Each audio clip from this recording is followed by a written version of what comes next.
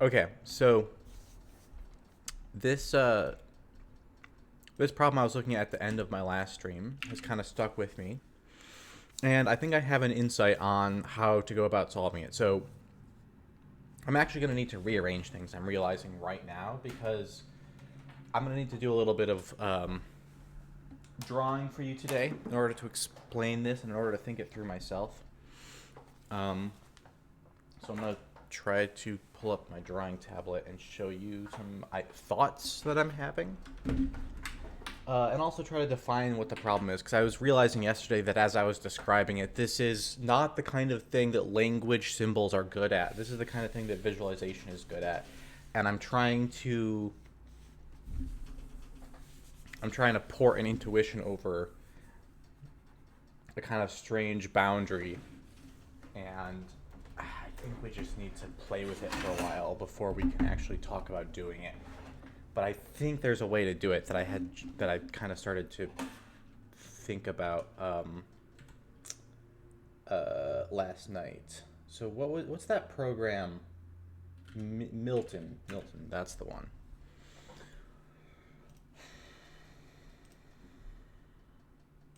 All right, let's see. I want a black background. I want to be able to draw, but I don't want to draw in pure white because I get bored. So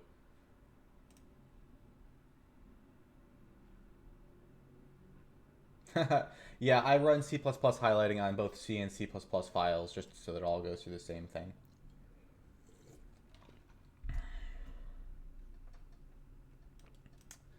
Um,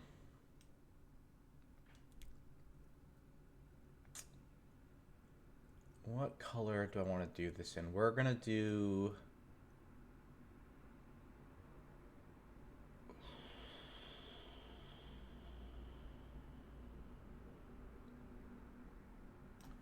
Um,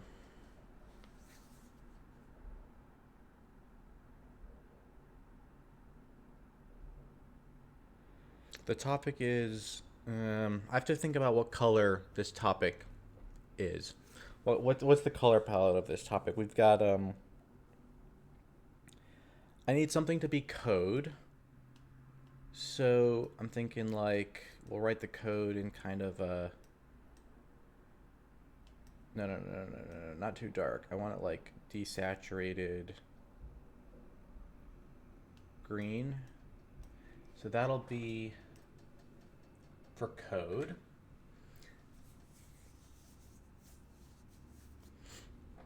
And then I'm gonna need like the linker abstract logic for that. I want something um the other end of the spectrum here. Um a little more like that. So that'll be our uh-oh. That'll be our linker. Now, I'm just noticing that my tablet is maybe not in full working condition. I finally let my computer power off and run updates for the first time in a while. So I'm wondering if all these malfunctions are update malfunctions. Ah, I guess if you're watching the VOD on YouTube, I had some audio issues before I started recording. Okay, did that fix it? Crap. Okay. So if that's not enough, let me try powering it down. Yeah. Okay. Powering it back up. File. Save Milton Canvas as. This is gonna be. Um, where do I keep these? I know I keep them around here somewhere.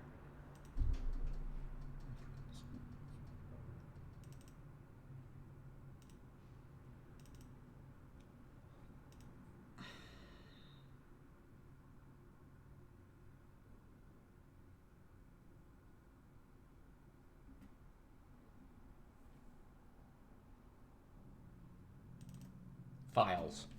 It's in files. That's the name of the folder that contains the stuff that doesn't have anywhere else to go. For sure. We'll call this one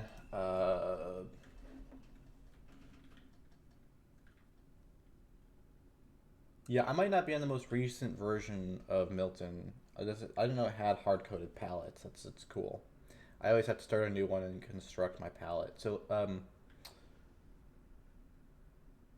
let's see here.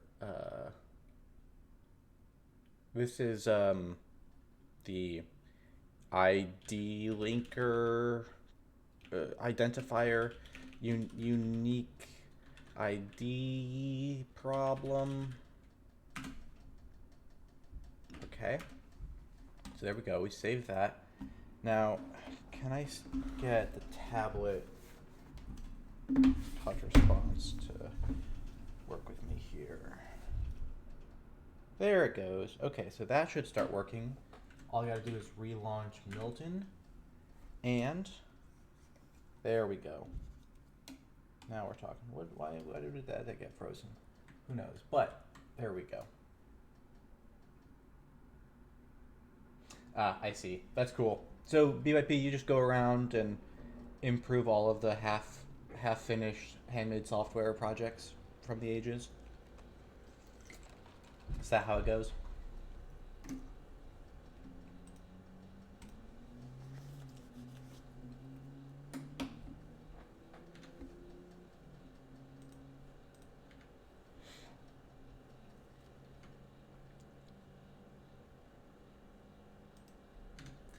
That makes sense.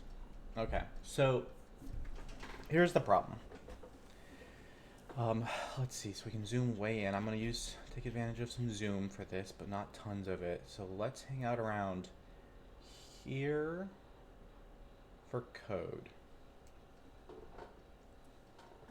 So here are just some things you can have in C. I'm gonna just start super literally and kind of move around. So you can have a global variable like this. You can go extern int x,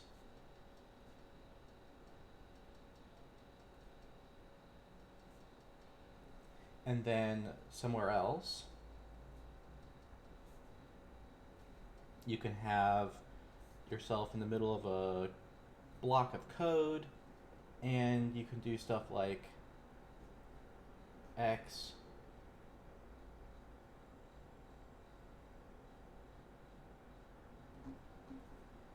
equals 3,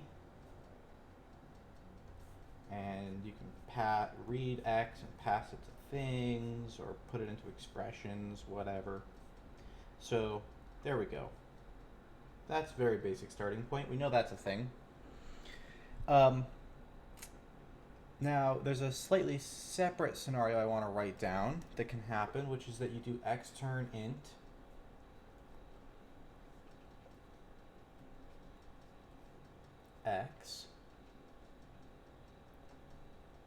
x equals,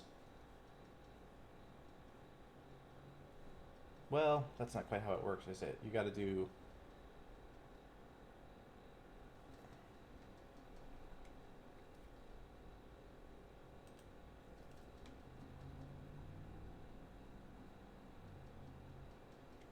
you can't write x equals, you have to write extern x again. Then somewhere else you can write extern int, I guess. Yeah, okay, let's do it this way. Let's ignore the weird little goofy extra fact of how C preprocessors are actually used to accomplish this, and let's just do it like it's the pure language. X equals 3.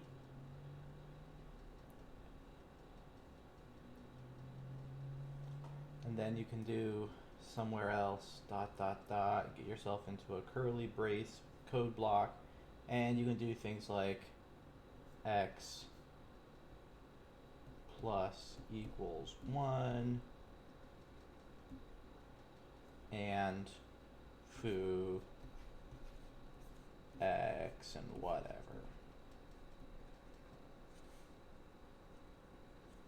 Okay, so there's these two different things you can do. The difference is that this one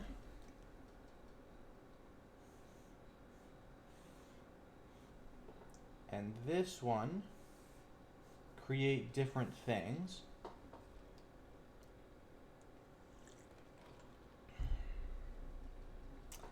This hold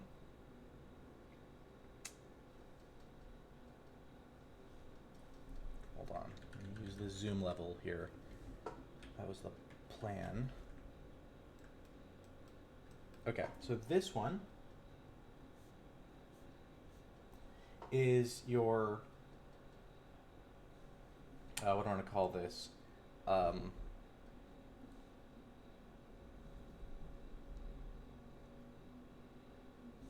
This is your external symbol.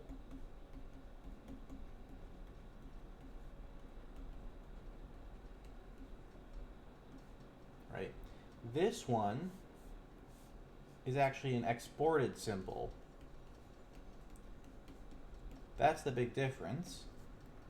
One of them exists to tell us that int x equals 3 is how we initialize this. So it comes with more information.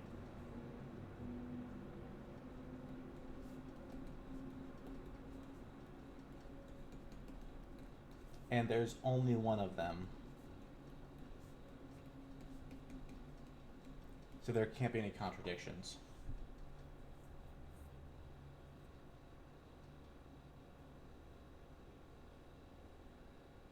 Hey everybody, thanks for coming by and saying hello.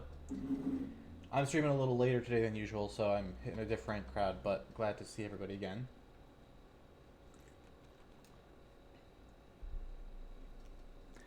Yeah, so let me zoom in for you again.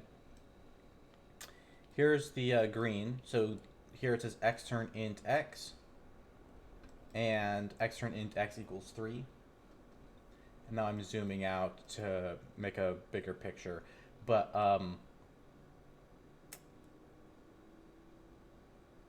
that's what it says.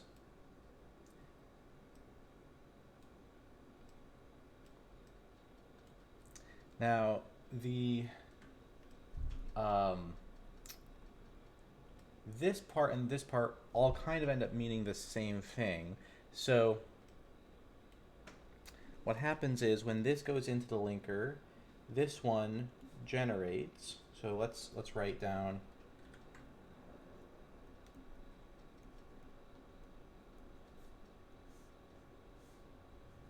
this goes through the linker and creates an address for that variable to exist in, right? So the exported symbol actually gets assigned an address here. The linker, when it sees these, is just going to link them to this address, right? So then what happens is these users and these users all end up doing the same thing. Whoops, I don't want to be zoomed in here.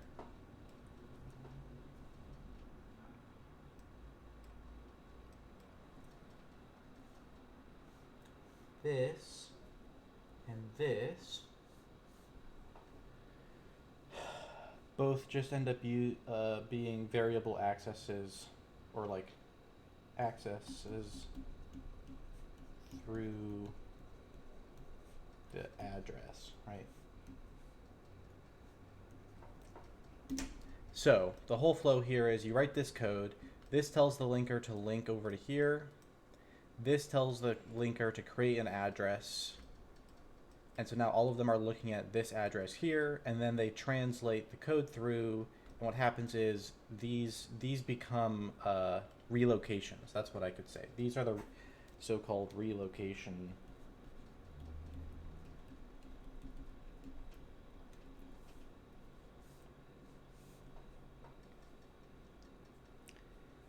which takes these to their address finally.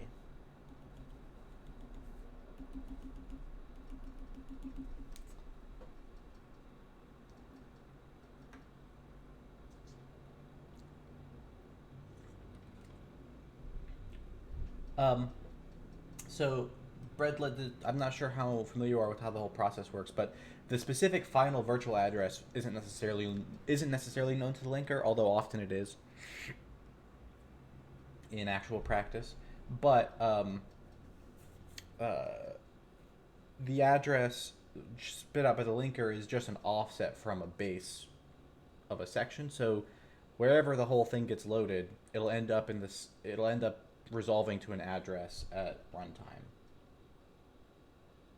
Right, between the process of linking and loading, the whole thing resolves to an address. I'm sort of simplifying.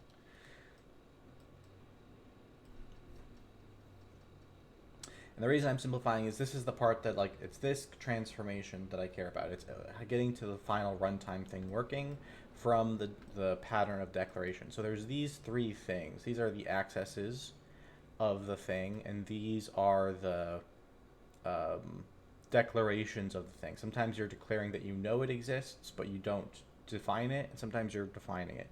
So you know what? Let me go another layer out. We're gonna abstract now. So abstraction, I think teal, like very sky blue, is the color of abstraction. Like that seems to me like the color for abstract ideas. So we're gonna zoom out again. So like, okay, here what we're talking about is the definition of the thing.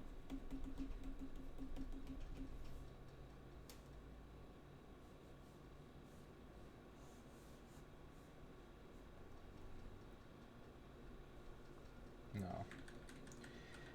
It's not quite zoomed out enough. I want to make sure it's really clear how this works. There we go. This is the definition. Oops.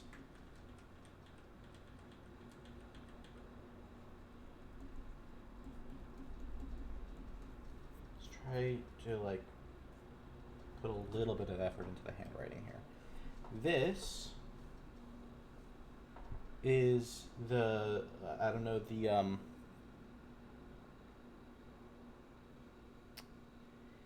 this is the it's not a reference. So these down here are the references. They're the spots where a program actually doing something references to the thing we're trying to talk about and does something with it. Yeah, these are something like the declarations or the imports. These are the dependency, like dependent.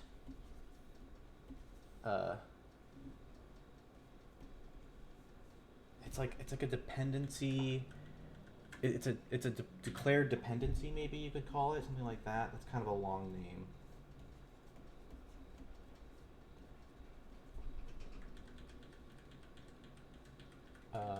And also the handwriting is failing again. It's a declared dependency.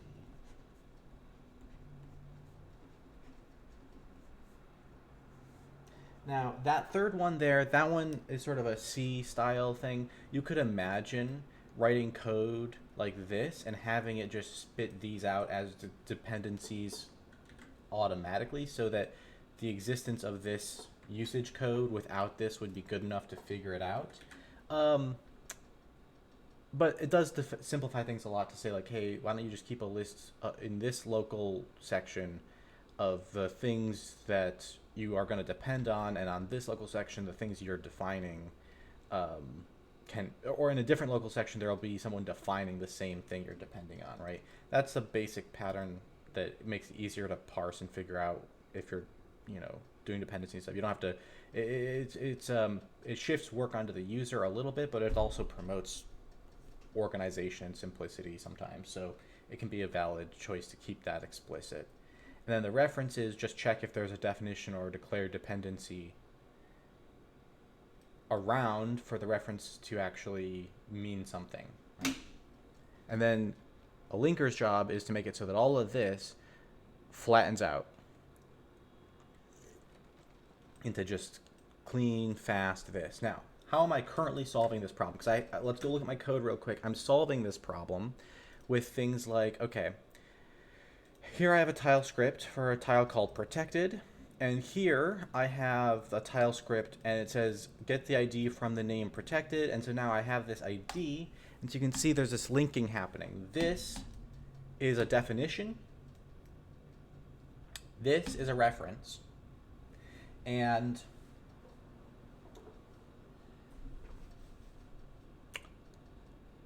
then this process here is like a changing of the handle. This represents real runtime cost, right? So I am shifting all of the effort to the runtime cost. So if we were to look at this picture, the question of when does the work happen of this mapping that the linker does, the question is not what does a real linker here do. What I mean is conceptually, like how a linker behaves. I currently have the following thing. Let me think. What's the color of the RPG simulator? I think it's like a reddish orange. Like it's like a fiery red orange kind of thing, right? That should be the RPG simulator. Maybe a little more red. Actually, yeah, that's it, I think. So now we're zooming back in to do small writing, but the definitions are the things like the tile scripts. So a tile script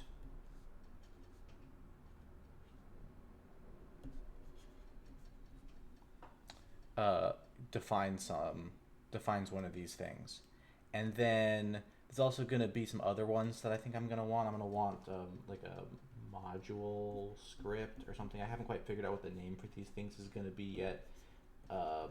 Maybe it's like an encounter script, actually, now that I think about it.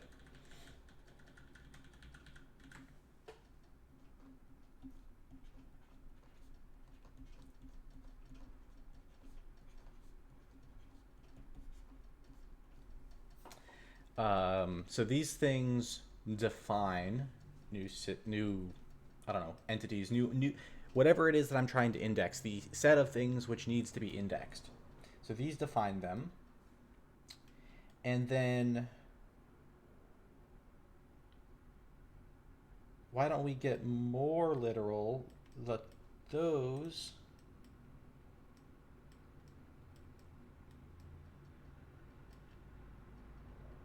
look like code like this, right? RPG tile script. That's not how you spell tile.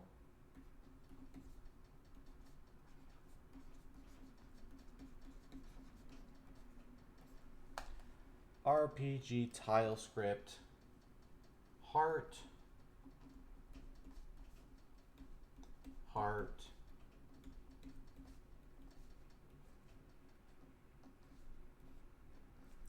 right, so like there's a tile script.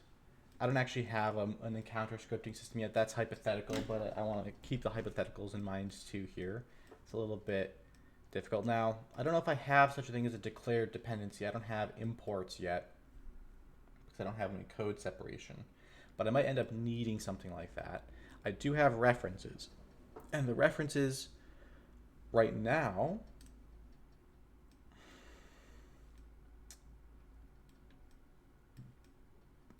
those boil down to something like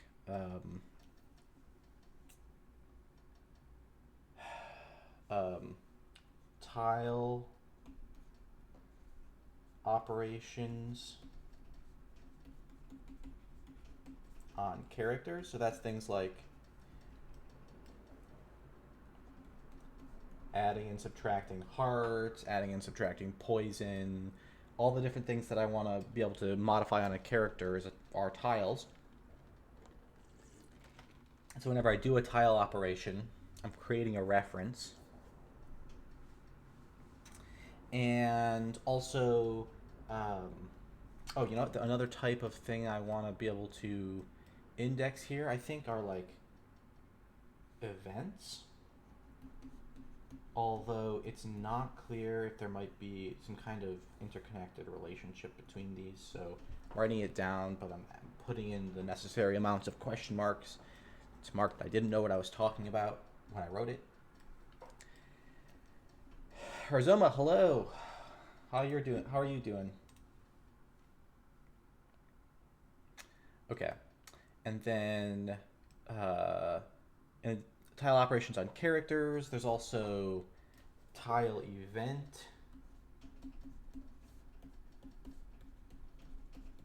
conditionals that reference these. Have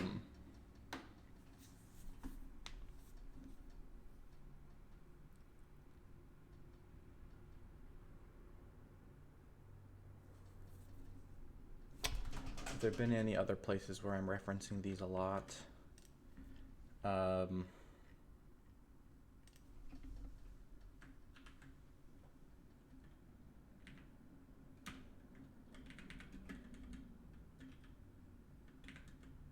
Here I'm making references to them through the scripting system, so that's a little different because there I'm happy to accept the runtime cost.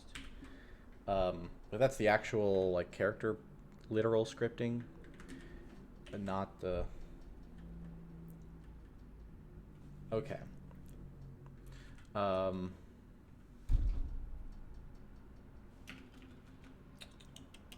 don't think there are a lot of other places where I'm referencing these. The combat system, does it do anything unusual here?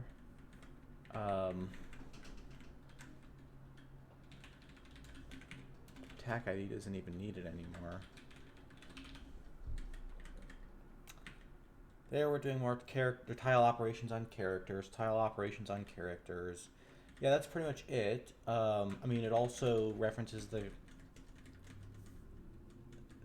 so I suppose we could say that these get referenced inside of, well, anywhere where tile operations on characters are happening is where it's happening. But that includes inside of tile scripts and inside of encounter scripts.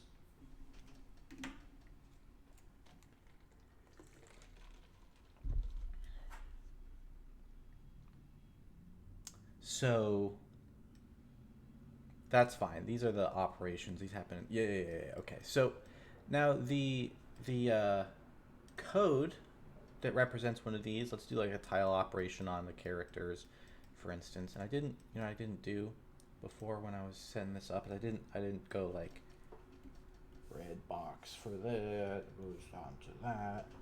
Whoops.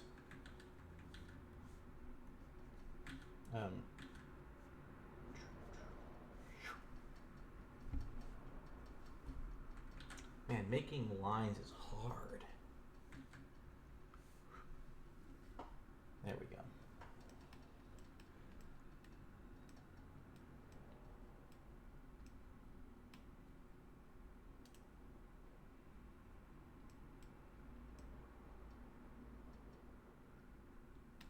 And then an example of this would be something like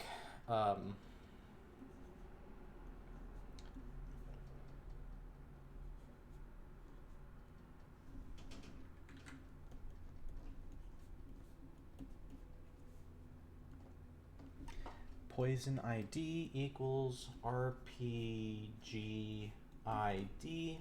I'm spending a lot of time setting this up because it's such an abstract idea, and I've struggled so many times to really get through a description of it.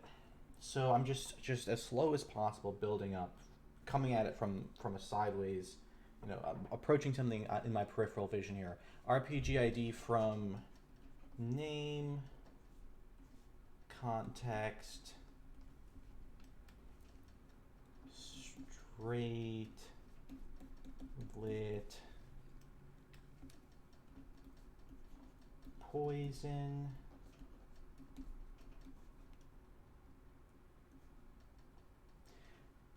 You know what? I'm going to change my approach here. I want this to match the one that I created a definition for. I want them to go together. So I'm going to make this heart.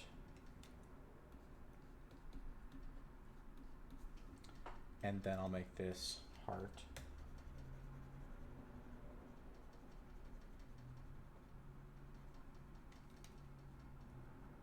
Heart. And then, you have like RPG character, tile, increment, context, character, heart ID, +1. So, this is the code for healing one heart, and then there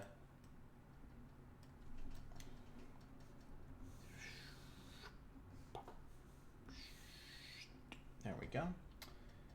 We do need to finish the semicolon. Floating period isn't even on the keyboard.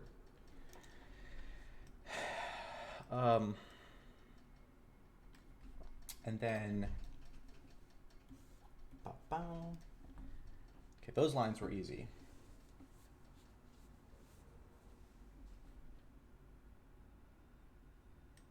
Bye, Rhizoma.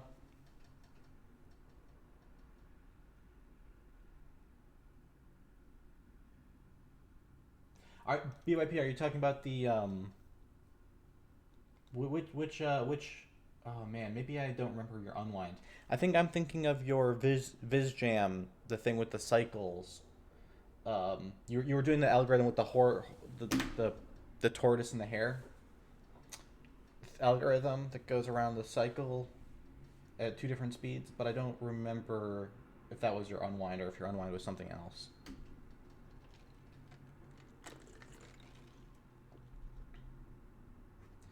Okay.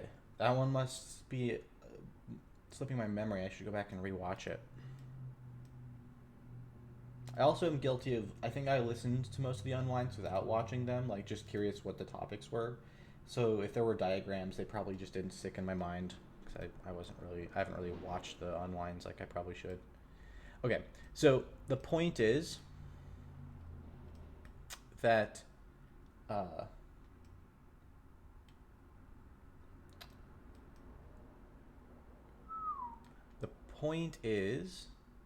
at the highest level, this is the definition type, and this is the reference type. Now, I want to focus on the difference for this, because this one leads to like really great, like super fast, low level code, zooming along. It's just like, right? It's like this. Right, it just goes. It's just the work is embedded right in, and it just like flows through, and it's awesome. This one is more like this big, long, complicated process of hashing. It's got to mix down into a hash, right, and then it's got to scan along a chain from there until it finally finds the match and drop that one off, right? It's like this sequence of processes that eventually lead to an ID, and all of that has to happen in breaking up the zooming, right? That happens, and then this begins, this ends, out comes the ID, and then good fast computing can continue in both directions, but it's pretty unfortunate what has to happen in the middle here. So I want to not have to do all of this work in the middle of the computation. I want it to be just like when this one goes, but I'm not sure that it's possible. I think it's possible. I have some ideas. And when I say possible, I don't just mean possible in theory to make a language that could work this way. I mean, like, can I just do it today and see? And the thing is it might not be possible. And every time I try to come towards this problem, I end up sort of skipping off it and getting confused with how to even describe what I'm looking for. But what happens is the linker and the loader work together to basically bake in the correct address. So the code itself ends up containing, like where it says x equals 3, it doesn't have to go and look up what x means, and then once it knows what x means, go and put a 3 where the x goes. the linker and loader have already looked up what X means and worked it out so that no additional work is necessary. You just put the 3 inside the address and you're done, right? Now, the way that's possible is the clue I want to use to apply to this, right? So the part that's the same, let's switch over to white here. The part that's the same is that there's an identifier linking that happens. This corresponds with this, right? Here, the identifier linking is happening like this. This corresponds with this. Now we have to go on a little journey here.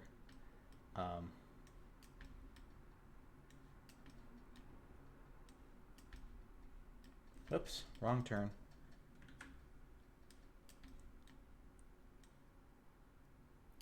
Right.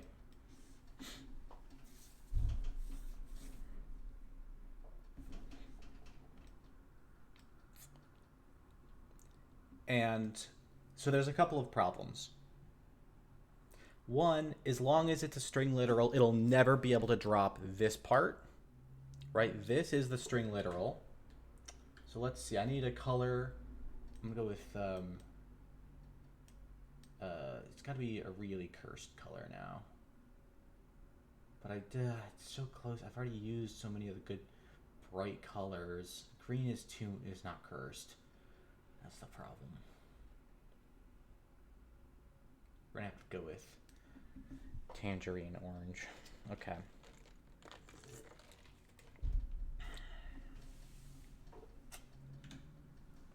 So this part is forced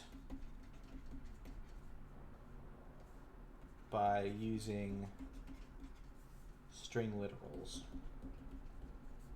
because there's no way using pure old C to write a string literal and have it be pre-processed into anything lighter.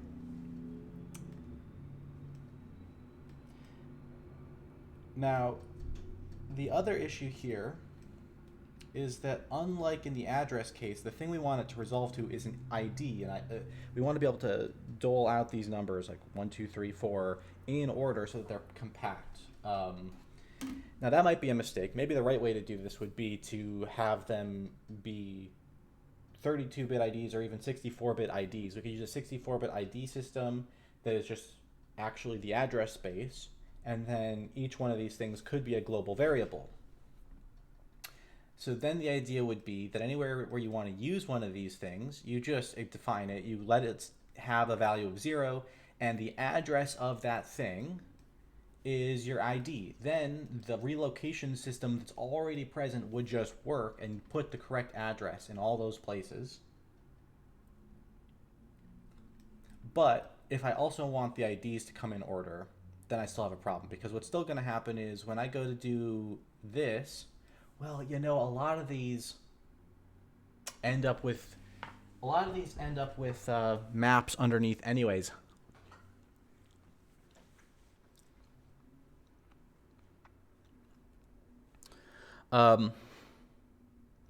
So underneath the hood here, there's already a mapping happening. So I guess one big question I need to answer is, how important is it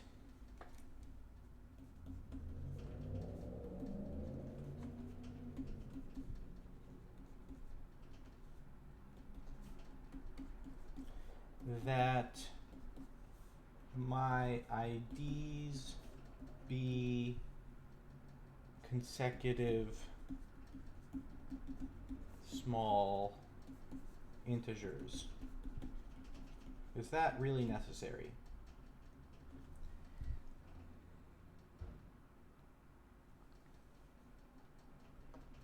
Question number 1. Another big question is,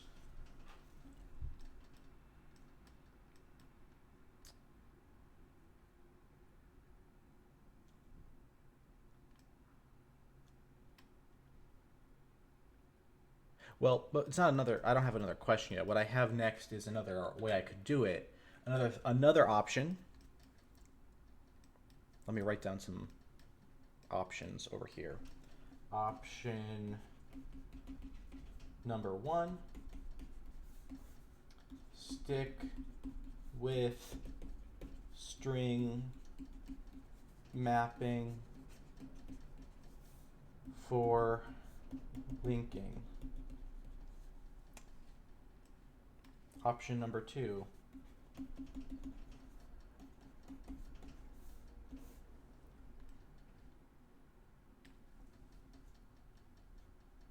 let each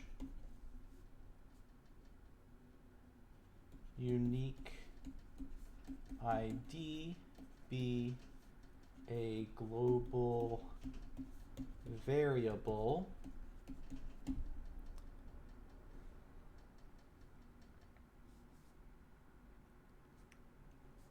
such that the ID is the address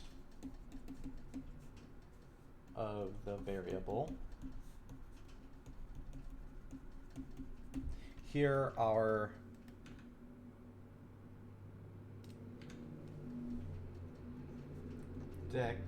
definitions. Could just look like, oh, my color palette lost the green. Is there an eyedropper? Is there a way to get more of my colors? I want my green back. Eyedropper. This one. This one right here. No.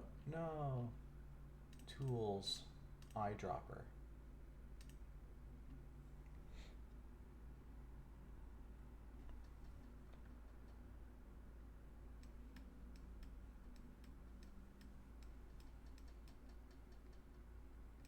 Okay. So the definition would look like extern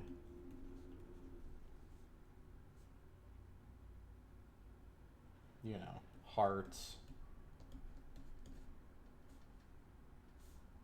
This would be int heart equals 0, or it would even be like extern S8 heart, technically S8 heart equals 0. And then the reference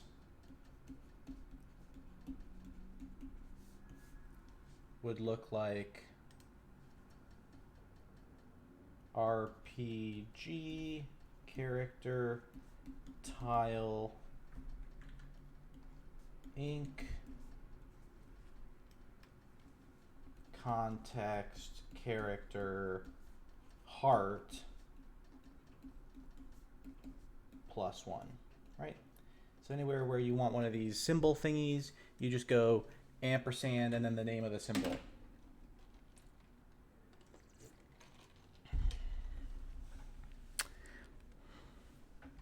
And of course, we can evolve this. We could manually place this.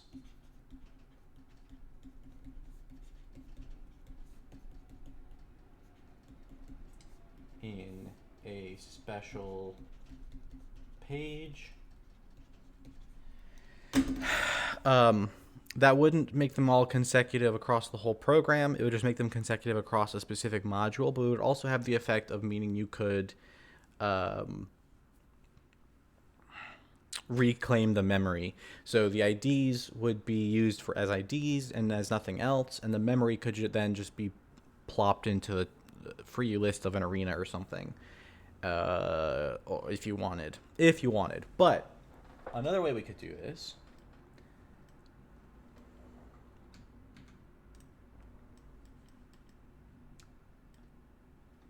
option number 3 is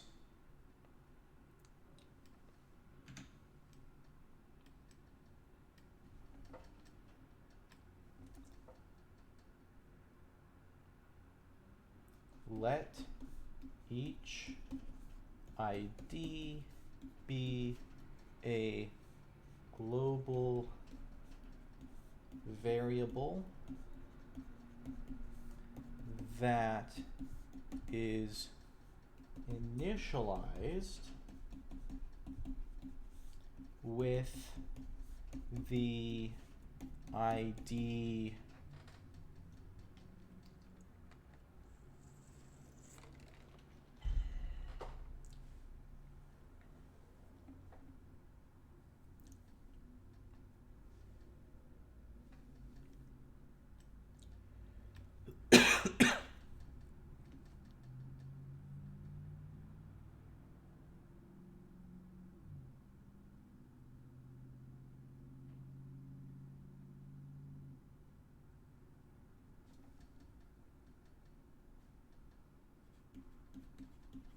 value. So this would mean that a definition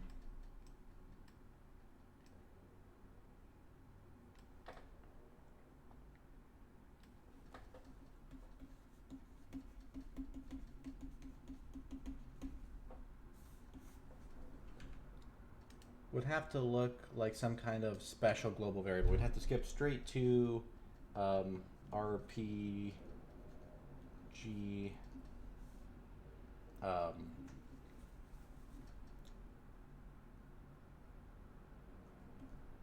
tile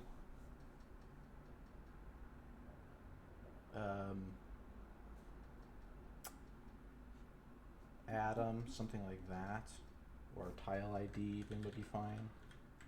Tile ID, except this is not the type, it's the RPG tile ID is kind of like instead of extern, right? And then you could put a U64, or you could do U32 now if you wanted. Heart equals 0 or whatever, or just heart. Either way. And then the usage would be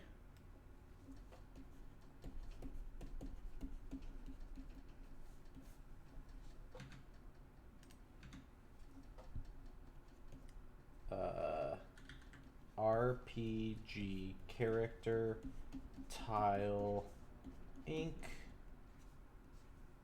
context character heart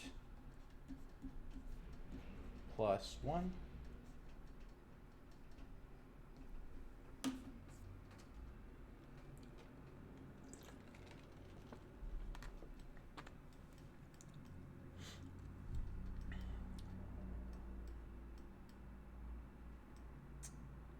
And for this to work, we would also need some kind of initialization pass, right? There'd have to be some kind of initialization.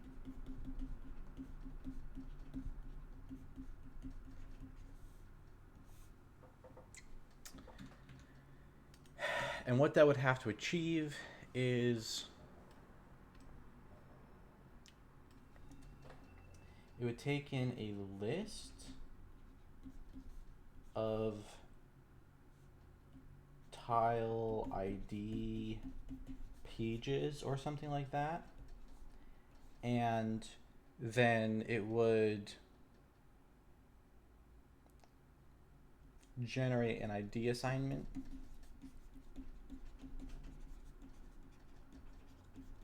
So the pages would be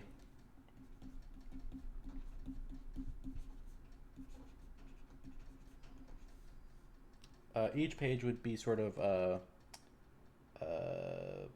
pointer to the base and a count of how many IDs are in that page.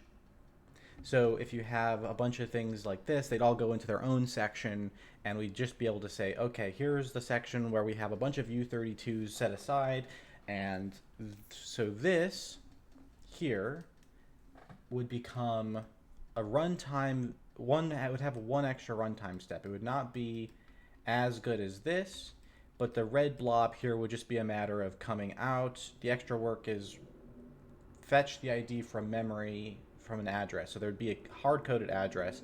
You'd read the ID in, and then you'd go forward with that. So it would just be a memory load instead of all of this. So this is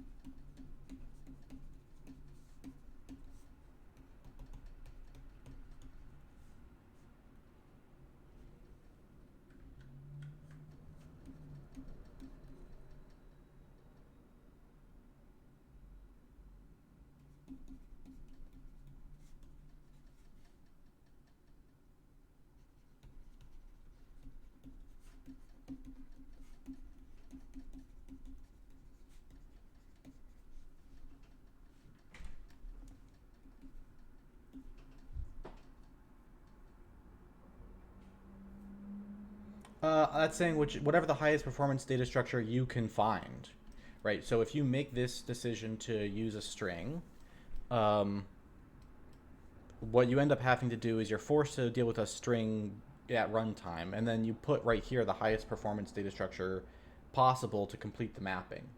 That's not saying I have it or that this is it or that I want it. It's just what you do. So this is the highest performance possible, given the amount of time I've put into it, and it's like whatever you can do to make that as fast as possible.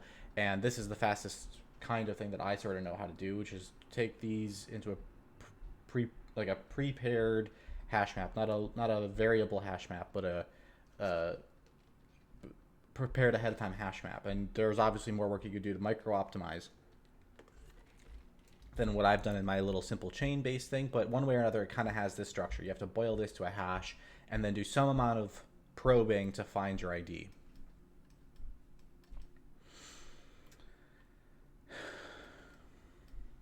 Takes up memory for nothing, and precludes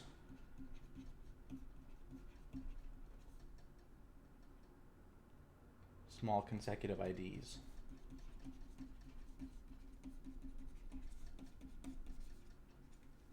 Now, this one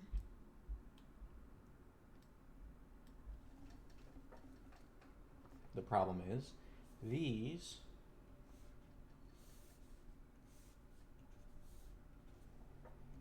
take up more memory, 4 bytes instead of 1, that can't be reclaimed.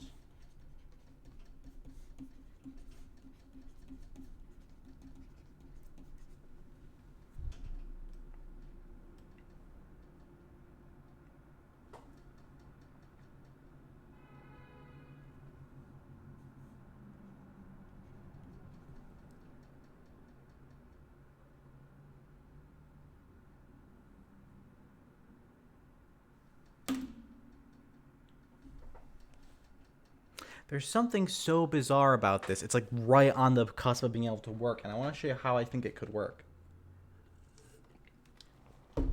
Okay, let me finish writing this one down. This one's, I think, not a winner, but it is an interesting thought. Take up more memory, 4 bytes instead of 1.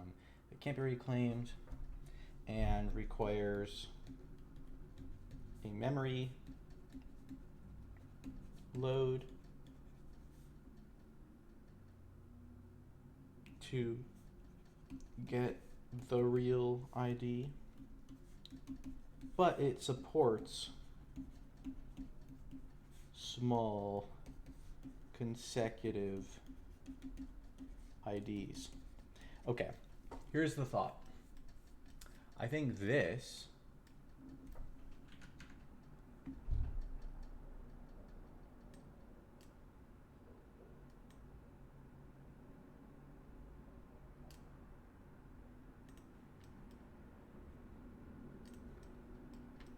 let's go with green here. I think this is wrong.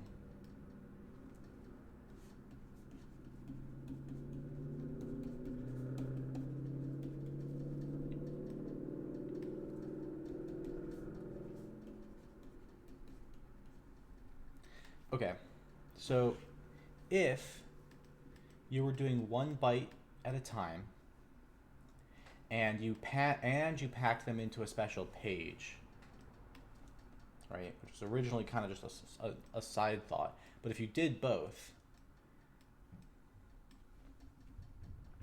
then they would already be consecutive. All you'd have to do to make them small is a subtraction from that base there, right? I mean, oh man, it's like just out of reach.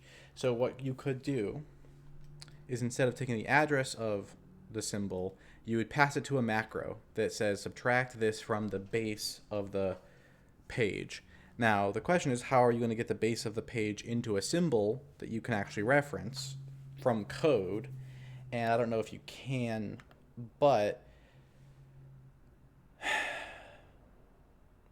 if you had an object file set up to start this whole thing that was hacked just right, it feels like you could do it.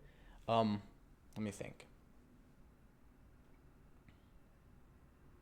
The base of the page is known as with a symbol in the final exe.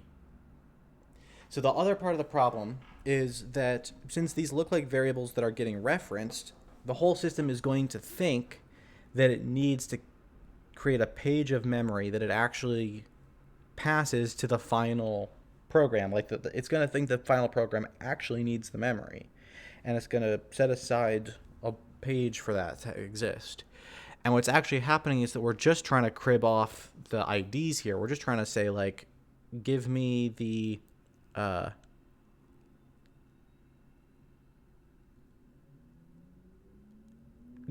ability of this linker to sort out an ID for each of these symbols, but then ditch the variables. I just want the unique IDs. And in order to make it do that, I think you would have to still have the memory there, because I mean, if you went in and eliminated the page, like if you just deleted it out of the object, right? So you generate an object and then you manually go and delete it. It wouldn't work at the level of the object. You could try to go and modify the exe.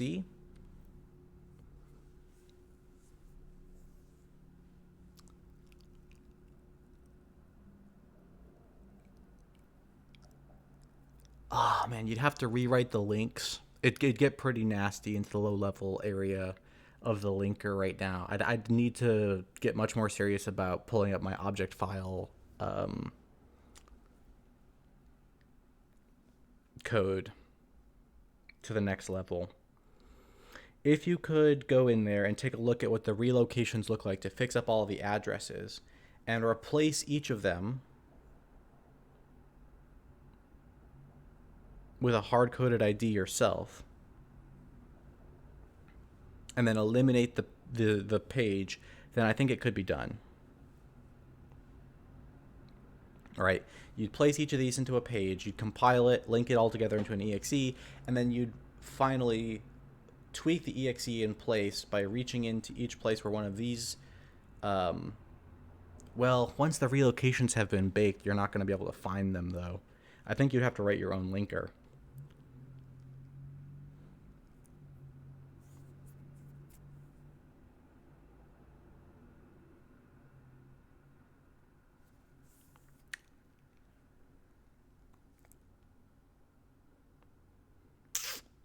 if you live with the page and you don't try to eliminate it, and you just take the addresses, that what you could do is when you want to map from the unique address style ID to a small consecutive ID, you would only have to do a single subtraction operation. But you'd still be doing that at runtime rather than understanding how to get it through the linker, which is unfortunate feeling.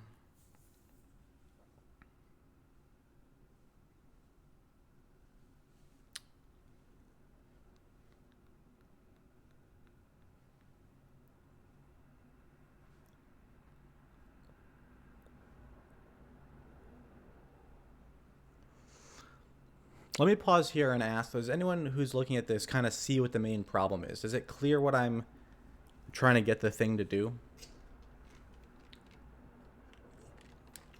Because every time I've tried to explain this problem, I've totally failed to even explain what the problem is. And I think that's part of the reason I can't solve it. I can't quite get my head all the way around what I'm asking for. But I mean, what it basically comes down to is I want something where I can reference a thing and declare that it exists, and the behavior is that the declaration, each thing declared gets a unique ID that gets substituted in. So instead of a variable that you can add and subtract with, it's just like, imagine if heart ID was a global variable, and I could be sure that each heart ID or each ID in the system would get a unique value by the end of the linking process. But without having to manually assign all of them or anything. And without having to... There's another whole part of this, which is...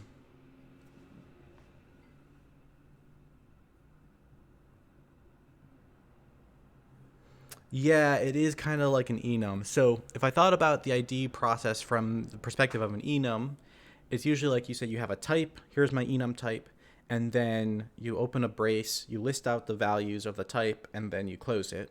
And what I want is instead a thing that's like, okay, I have an open-ended enum, and anyone who says they want to be a part of this enum can declare so, and then anyone who references one of those declared values wants the guarantee that they're going to be able to resolve so long as it finally gets linked together at the end correctly.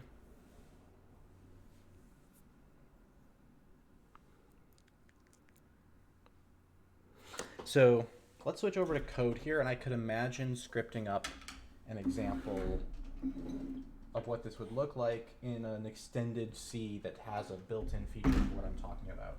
It seems to me, like staring at it, that it is like eminently doable from the perspective of what linkers can achieve and what compilers can achieve, but it's just a little bit outside of the list of things that are supported.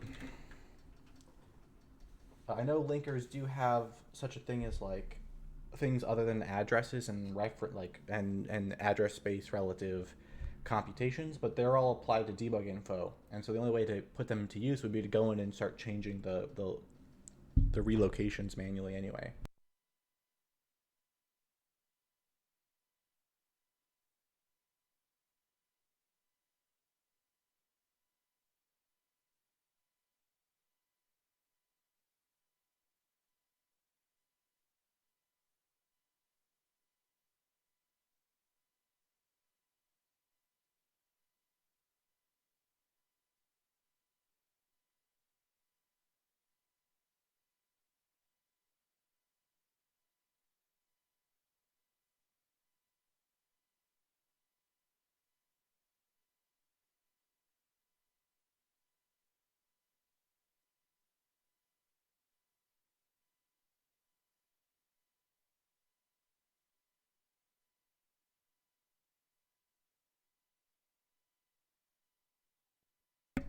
I just muted myself so I could chew. I'll be back to talking in 1 second.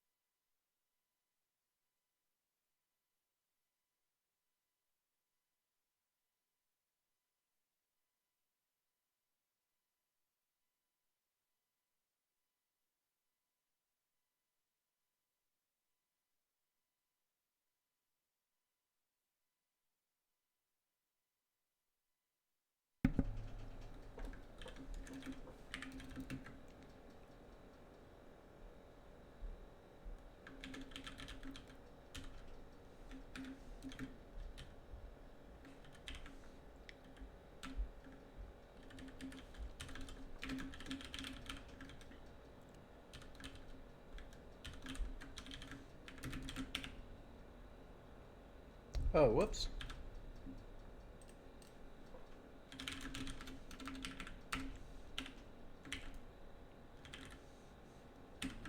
Okay, so unfortunately I just lost the scratch buffer that I was sketching out. But the main idea was something like this. RPG tile ID.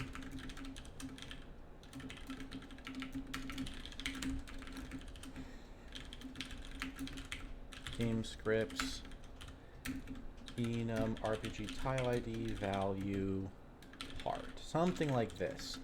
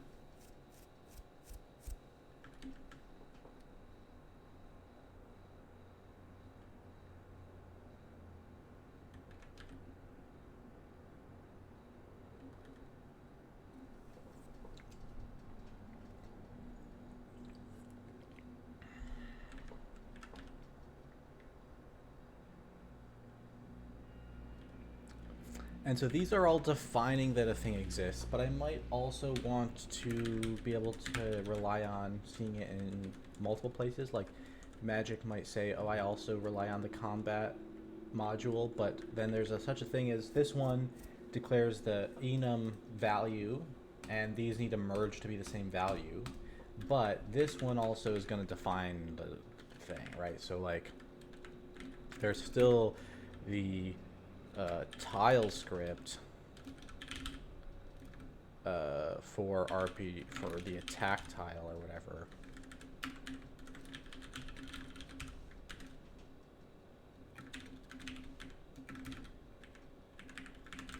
There's still the script for the combat and so on and so on. This one doesn't define that because it only gets defined in one place. But that part's less important. It's not unimportant, but it's like that's not the unsolved problem. That part should just work out if everything else works out. So the question is, if I were to make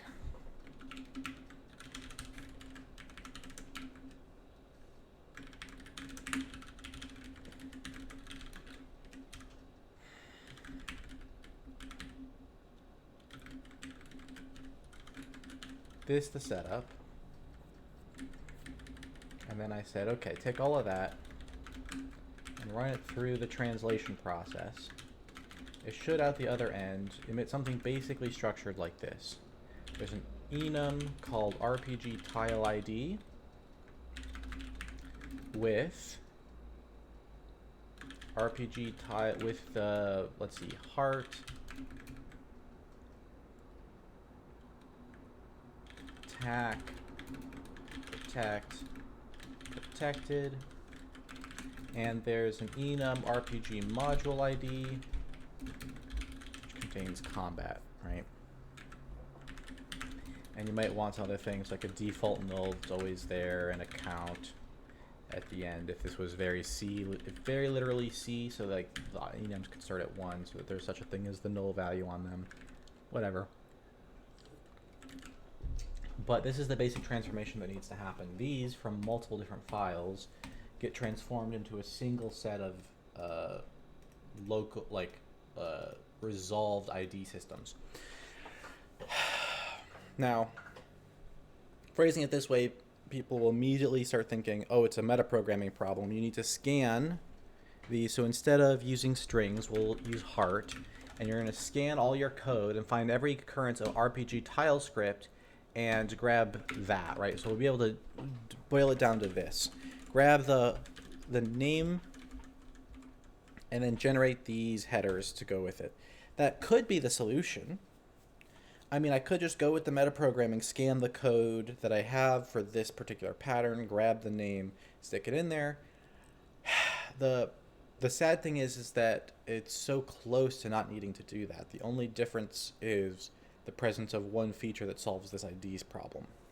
And I'd love to find a way to solve the ID problem that does not require, that is perfectly reusable, that is native to the C system. No, I don't require that they can't contain the same name. So like here, if this was actually C code, this would lead to a problem because, right, I could have the same name in this and this. But I'm thinking of this as a little bit different. Like if I was literally rendering out C code, like I said, then it would have to look like this. I'd manually put in the null and put in the other rote stuff. Right, so if it was C declaration, I would want it to be sort of like this. Or if it was rendered out to C code, I mean not C declaration.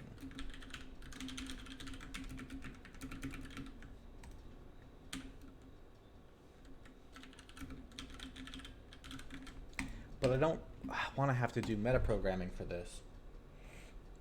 It's the one thing that doesn't quite have a solution because I can already declare stuff. I can declare the functions and associate them. So that's all much simpler. It's just the assigning of IDs that are linkable. Because I can also assign IDs easy. I already do assign an ID. It's just that I assign it at runtime, so there's no static symbol besides the string, right? The string is a valid static symbol that then references a sequence of bytes that I then hash and look up to find an actual ID for. And I'd love to just get the ID resolution moved all the way into the compiler/linker process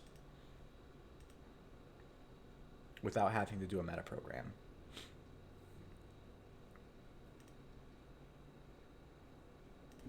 So then the way this would work, do any of these even reference heart? They don't. Let me go and look at this. This definitely references heart. So instead of having a heart ID, what would happen is here you'd have to do something like RPG tile heart, right? You'd have a way to reference things that look like this.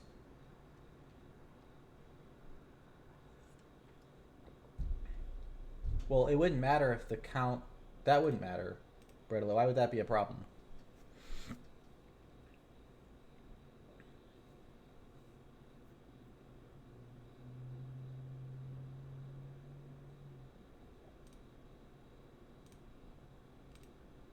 If they are the same values, then those two enums have the same counts.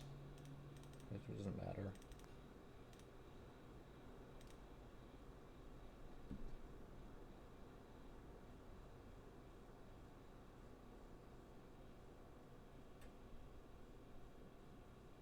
Ah, I see. Well, I guess I don't understand why. They're unrelated to each other. Like, the idea is just that there could be more than one enum. If the point is you have a solution that only works so long as you only have one enum, then I guess I get it. But why does your solution only work for one? Why can't you have two independent like instances of the concept that don't interfere? I'm curious.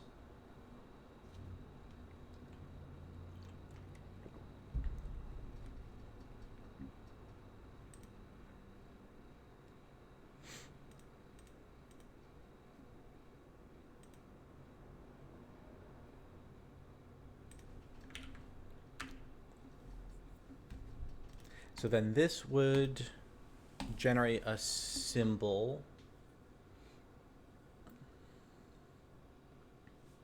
I mean, another way to do this is if I'm going to just go for the addresses, I already have function pointers on a bunch of these things. I could just use the function pointer as the ID. Give up on having small consecutive IDs. I never loved the sound of that. The nice thing about having small consecutive IDs, well,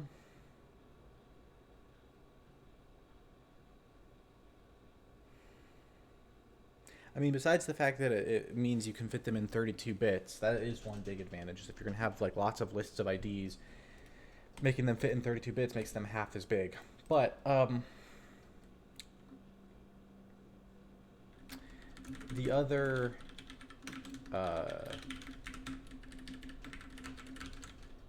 question though that I haven't gone and looked at yet is, can I actually just can I actually just say I don't need consecutive IDs that bad? I haven't gone and looked into that. Let's look at that real quick. So the way something like tile decrement works is it takes in that ID and it looks for a tile on that character that matches the ID. So tile from character is currently implemented as just a scan across all the tiles to find a matching ID. So that's as slow as could be, and it wouldn't suffer at all from switching to non-consecutive IDs. But you can imagine speeding this up if I was taking advantage of the consecutive IDs a little bit more. Ultimately, I am expecting to have characters will have like 5 to 10 to 20 tiles on them, and the game will have like 100 or 500 possible tiles. So there will always be a need for sparse storage is the point. This is not going to be a thing where every tile is in play on every character all the time. If that were the case, then an array would be a really great data structure, and each ID being consecutive would mean that access is just indexed into an array, so memory offsetting. But I don't think we want dense storage. I think we want sparse. Which means I think consecutive IDs wouldn't help here at all.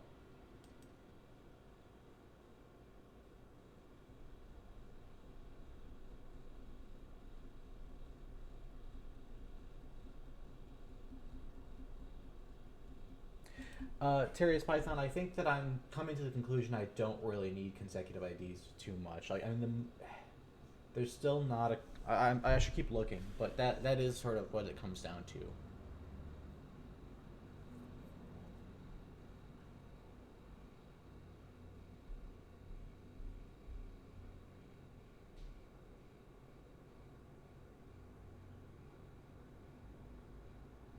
Yeah, I figured. Um,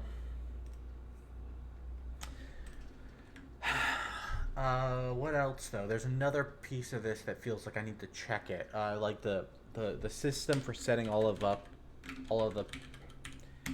protos up. So these IDs get used to tell what, like when I'm looking through the tiles on a character, I look at the IDs to go, hey, this tile is the counter that I'm trying to access right now.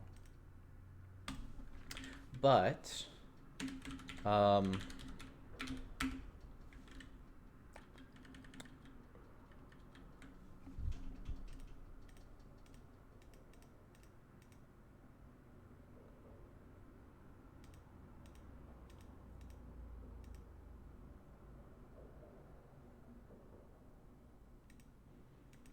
Well, I'm scanning over the reg data linearly here. RPG ID from name, reg data.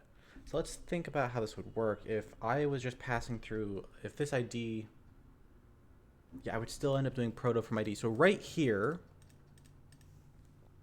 is the interesting part. I end up needing a full mapping from IDs to protos, and right now that's just indexing. So proto from ID is the interesting one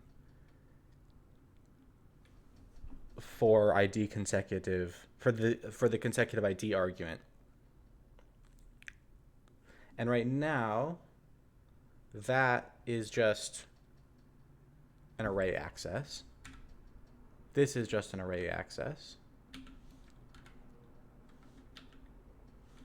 These, by the way, sim party, this just gets called when we need to generate a simulation entity party from the proto for a party. So this happens like during the loading of an encounter. It's not an every frame kind of task, but when you're simulating, you do it like 10,000 times. So maybe in this case, nothing's quite off the hook for performance.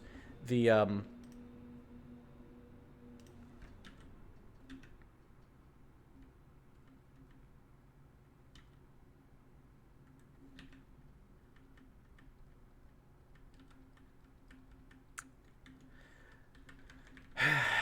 but this happens less often than the work of running tile scripts and stuff. During the simulation, for every one time we instantiate a party, we'll probably run the tile scripts and brain scripts like 5, 10, 20, 100 times, depending on how tough the two parties are and how long the combat simulation lasts.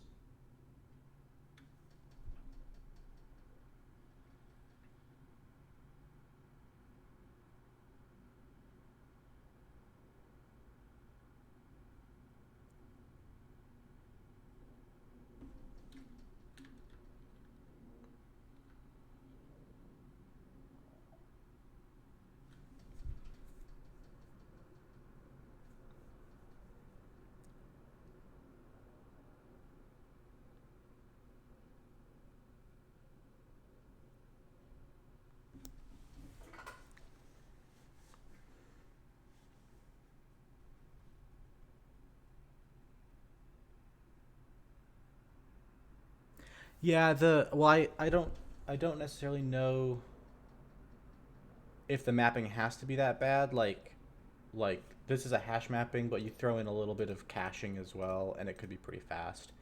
I don't know. This is not the hot loop. Is I think the most important thing to recognize. Here, proto from ID. We still have to do proto from ID anytime we're doing the decrement because we are gonna. Yes, both of these are actually gonna start. This will eventually access the tile proto as well because there'll be some tiles that want to um, have effects here and here besides the ones that I already have. So accessing the tile proto from the ID quickly is actually important. Um, One way I could deal with that is the tile entity could just handle the proto instead of the ID.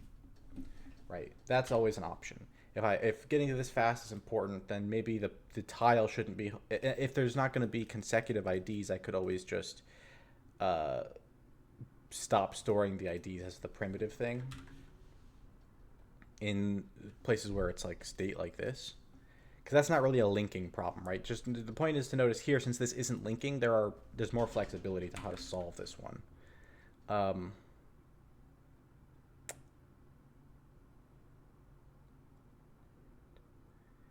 um, Here, I think it would be unavoidable. One way or another, we want to be able to store um, right, because these IDs are coming from protos. So the protos could be constructed to have pointers to themselves and make them bigger. So it would take twice as much memory to store all of the sub IDs. Um, but it could be done again.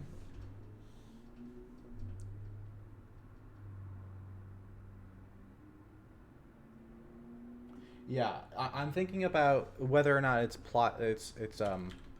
plausible to shift the system to dropping consecutive IDs and just having the IDs go through a map whenever you need a proto, and then seeing how things would sort of sort out from there. I think the thing that would suffer the most is this function here. It looks like, which is not a hot loop function, but I'm still looking through for other cases of that popping up. So let's take a quick look. This is initialization stuff. I wouldn't mind if this had to go through lookups. This one is going to actually have to use name-based resolution either way, I think, unless things got really fancy. So the brain scripts are a little interesting. Let me look at that.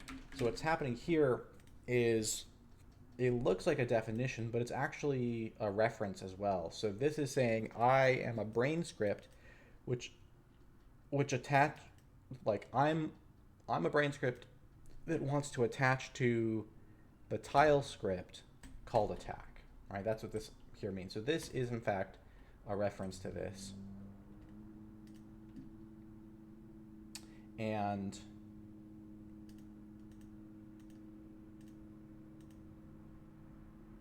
that means if we were going to do all of this without any string literals, what we'd have to do is this. But this wouldn't be a problem. And the reason this wouldn't be a problem is now that I have that inside a macro, I can just compound that name attack into the same thing that this compounds with. So the RPG underscore tile attack would get the same name in both cases. And this is just saying create a brain script which references this function pointer for the brain and also references this, this resolved ID.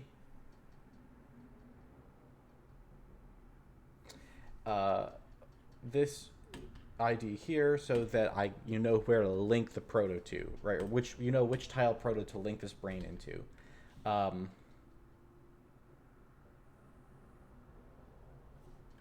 So that could be done. I think that's not an issue at all.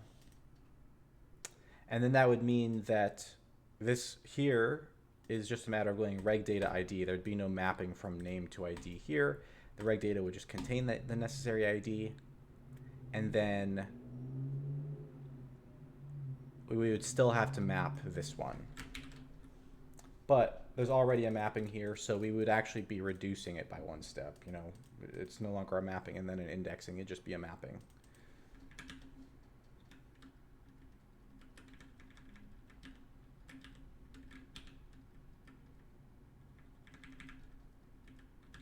Okay.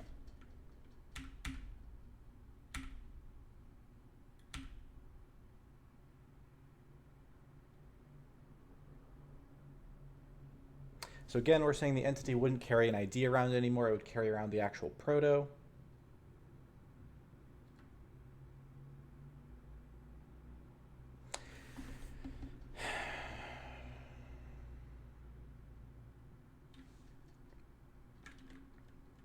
This one would stay the same, and it would involve making this into a mapping.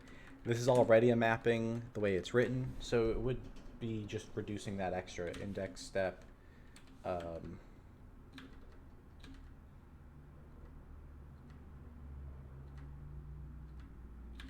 All right.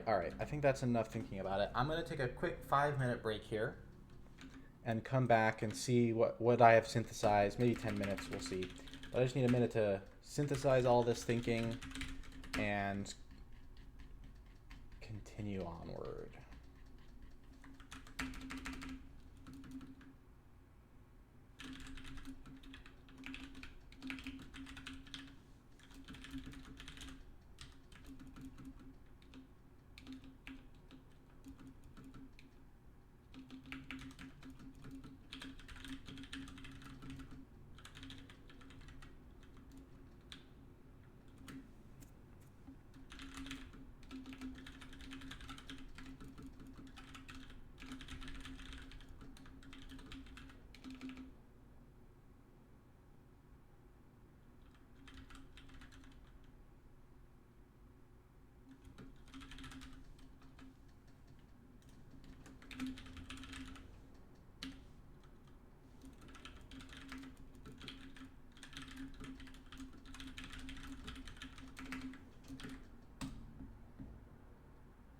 All right. Be back in a second. Well, in 5 to 10 minutes.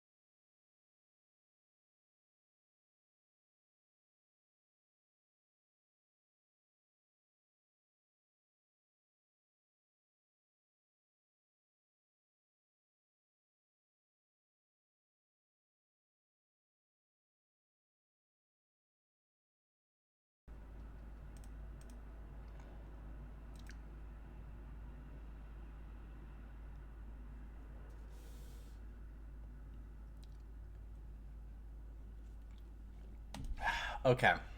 I think I made a decision. Thinking about it, there's these different options on the table. And, what I didn't like about the first one is that there's this hashing process going on. So in order to I have a symbol that I can write to link, and that's a literal string. And in order to then resolve that to the, the information I want, I'm boiling it all the way down to this ID, right? And the main reason I'm wanting to look at all this is to eliminate the need for this hash lookup, this sort of sparse storage problem, right? Right now I'm doing string hashing and then sparse storage is required because you can't possibly create a. I mean, you could. It'd be weird to make an array big enough to store a value for every possible string. But if I just do this one, which I'm thinking about, well, this one I've ruled out. This one is cool, but it just takes up so much memory for no reason. All of this should be able to become constants, and loading it, I mean, this could be a way to do it. What I was just about to say is I want to do a solution that is close to as performant as possible on a single access, with the mind to the idea that there are all kinds of places. Like, this is a basic atom of this language, right? I'm constructing a method of talking about how things happen. If the language itself requires this to just resolve the problem of reference, then I have a serious problem, I think, right? And all of these are half measures in different ways. They don't get the whole thing done. What I'd really love to do is this thought here. So that seemed like the closest thing I had to a full solution. It's not perfect, but here's the plan. We're going to come up with a solution that has the following properties.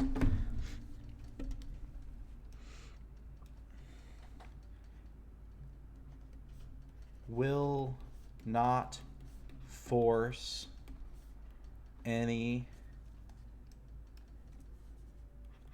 compound work. To put it another way, let me just get it just simpler. I want O1 worst case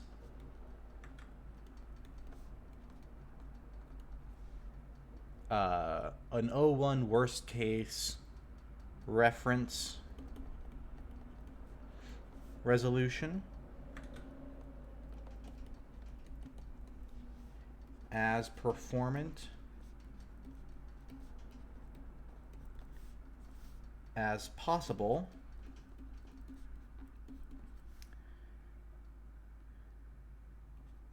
given the realistic constraints.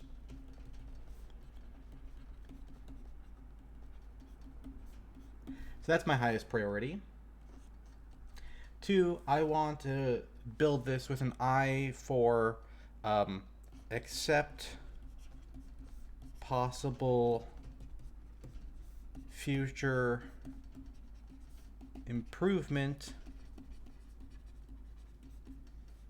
through linker / object file technology that I am developing as one of my focuses anyways. So I've always said that these projects are all connected, and at some level, in order to solve this problem really well, I need to make more progress on the linker object file stuff I've been toying with, because there are certain things that I could just push right up to the edge of working the way I want without any problem if I just had more power in that space. But I'm not going to go that direction today.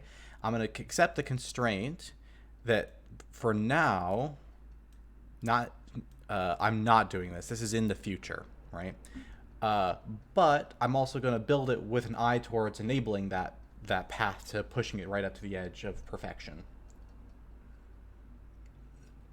Because I think that's the way where with those 2 steps, it could eventually become basically exactly what you want. So the compromise is I'm going to do this scheme where I'm taking the address of a global variable to get my unique IDs. And I'm going to do... I'm going to do it with this improvement that they are all put into a special page so that they are consecutive. Right, I'm going to have a bunch of 1 byte variables stuck into a special page so that they're consecutive. They just won't be small. I'll need to find the base of that page and do a single runtime subtraction. So that'll be my really cheap O1 thing. I'll have to have a subtraction, which is going to involve one statically known address resolved at compile time, link time, one runtime determined address possibly, because I might not be able to find a static way to get the base of the page. That might be doable, but it might turn out that I have to analyze the address space at runtime to get that for now. And so the O1 here is a constant minus a variable type subtraction. And then I have a small consecutive ID. And if I just lean into making that assumption that I can actually make that work, and I can eliminate any need for sparse storage being enforced, right? I won't need a mapping. I can just do the indexing style access when necessary. I'll still need sparse storage for characters regardless, so that part was true, that I wasn't improving on that side.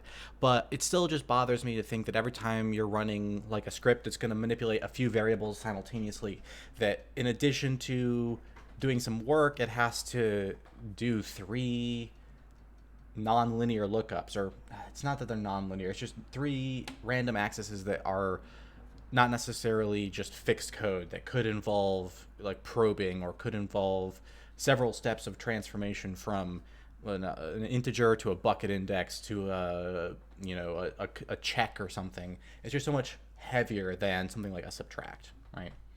So I'm going to try to assume that eventually this can just be a 32-bit integer written into the code correctly by the linker, but that's a future plan, and that I'll accept a half measure in that direction that's already working that way in every other conceivable way, but that doesn't involve any linker or object file magic, and is just however much outside of the box problem solving that it takes to achieve that.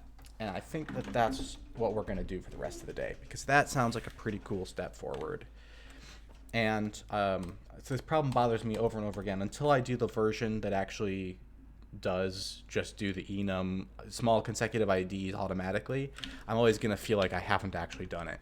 I think I really do want the small consecutive IDs, even if it's not for this problem in this context. It's just a way of thinking about it that I reach for over and over again. So I want to make it real.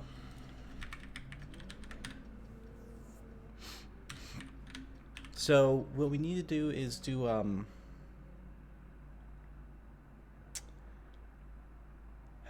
we're going to need a special... Let me look at what header I want to put this in. Registry. This kind of feels like a registry style problem. The registry itself is different, but there's... Maybe I should just isolate it. We'll call this the ID system.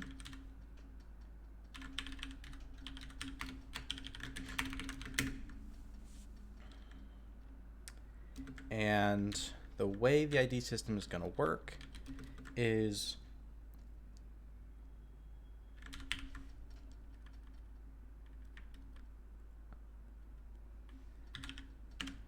somewhere around here. I must have... I need to go get some code out of Mr. Fourth Base.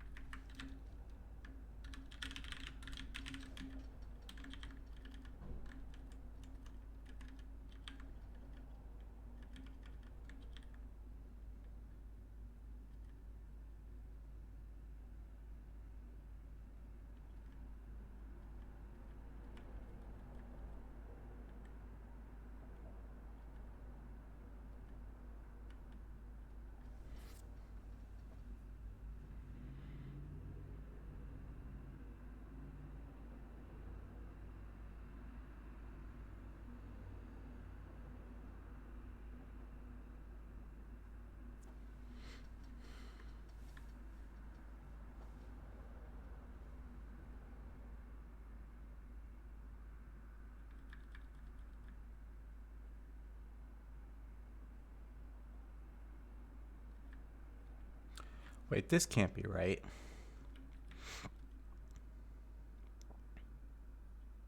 Oh wait, no, that's right. Okay, that's on the variable. That's so confusing.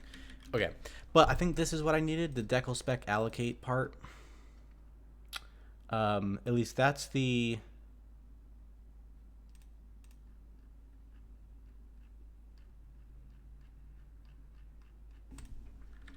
decal spec allocate. Yeah, that's the part. Okay, so the way this will work is we have to make a section. We'll call this .rpg tile. 1, 2, 3, 4. Yeah, you get 8 characters, and you want the first one to be a dot.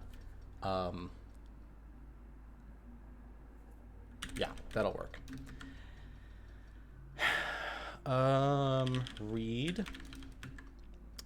And then we define an RPG tile ID is the kind of thing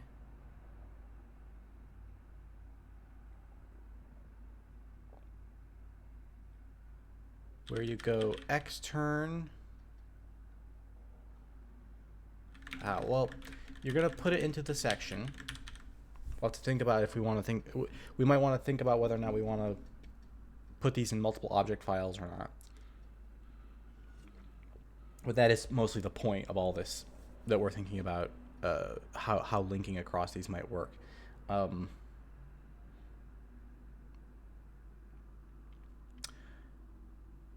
guess if I didn't have to make it link, I couldn't think of a simpler way to do it anyways. I mean, it still solves a lot of problems to do it this way.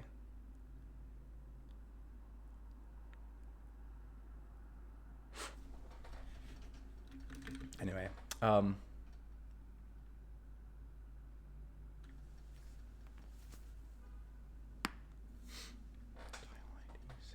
RPG tile ID.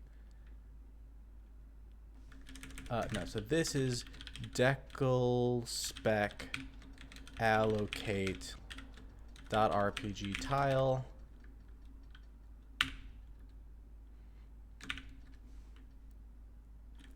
Right?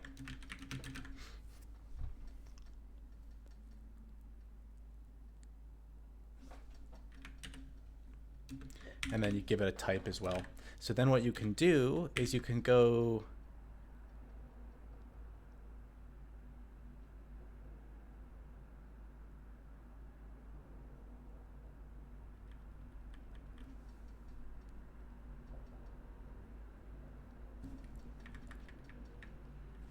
well, let's just get real literal for now. Maybe there'll be clever ways to bundle things together, but I don't want to pick a random composition of. I don't want to decide where the language barrier breaks just yet. So we'll be real gentle in terms of how we make steps here.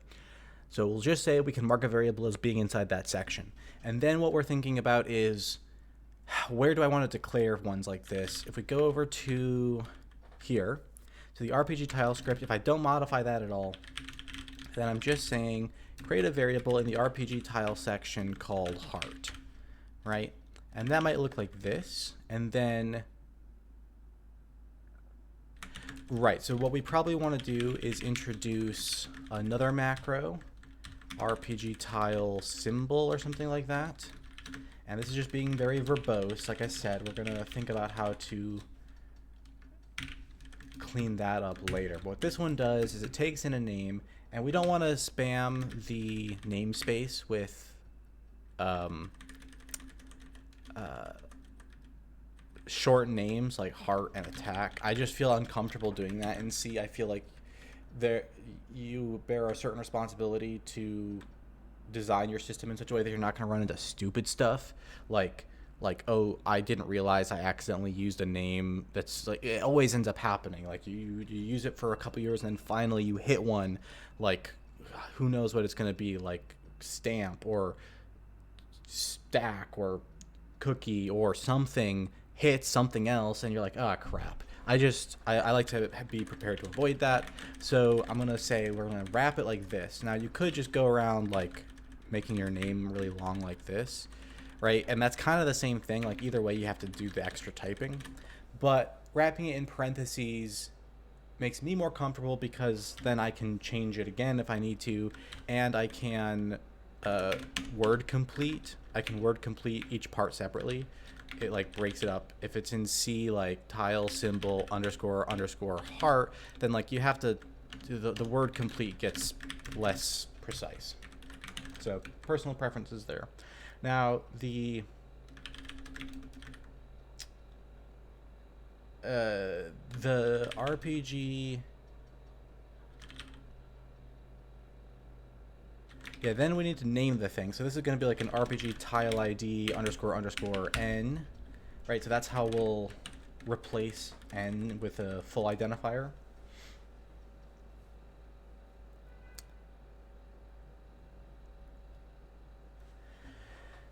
And then something like this could just say heart.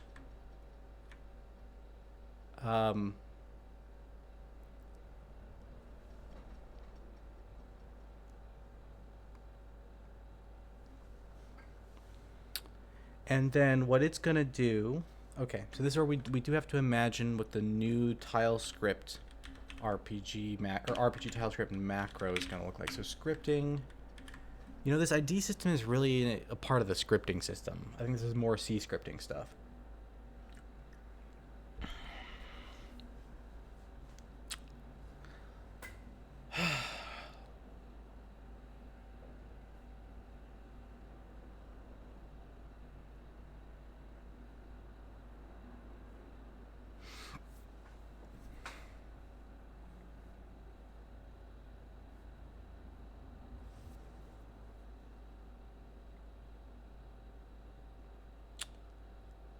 Okay, so the tile script right now is just the symbol name for this function body and some other data.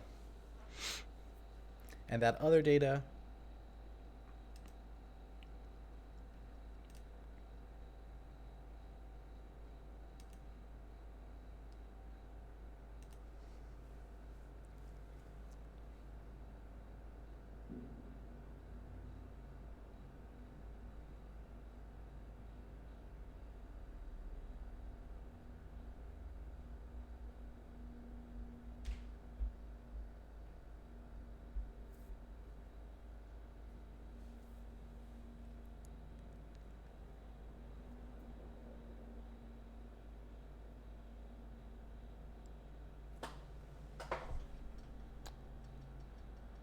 well, the other data doesn't really include an obvious place where I would do this, so I might have to change this part layer too.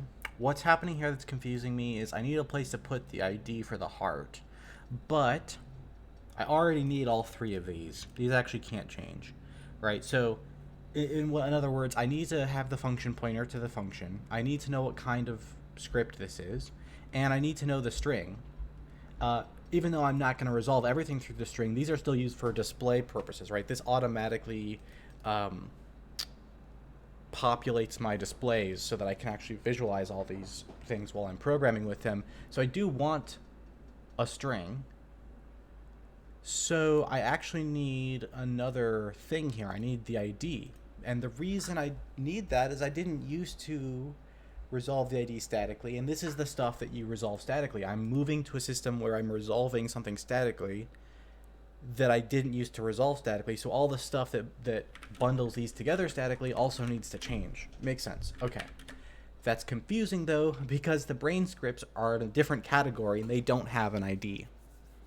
So it's just throwing me a little bit, and I'm thinking maybe, I think what I need to do is reduce an abstraction boundary here and play a little more freely with the pieces. So we're just going to undo the compression in this section. So this is symbol. Okay, so everywhere it says script, it needs to say symbol tile script. This goes here.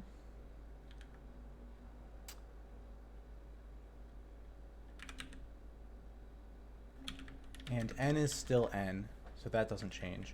Now this one has to do the same thing. Script goes here. That goes there. N is still n.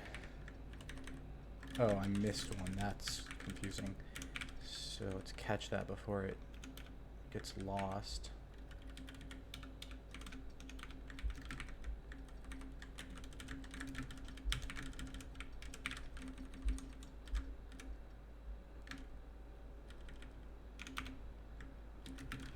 There we go.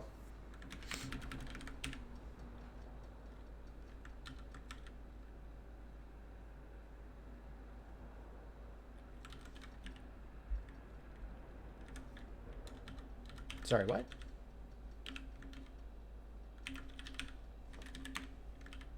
Oh no, okay. Here's my file pilot alpha. I haven't upgraded to the beta yet.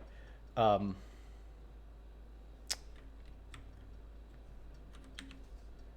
me back to this. Okay, so that was not that far off of the right place. It's just up 1, 2. There we go. I thought it was a lot farther away, but that's good. That's good.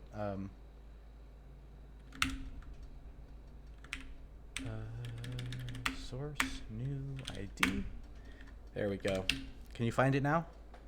There we go.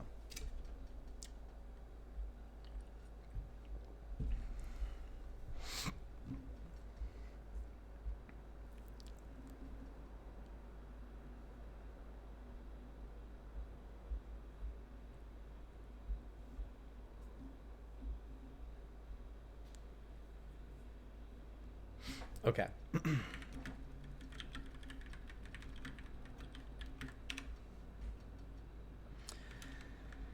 Okay, there's always this weird feeling. So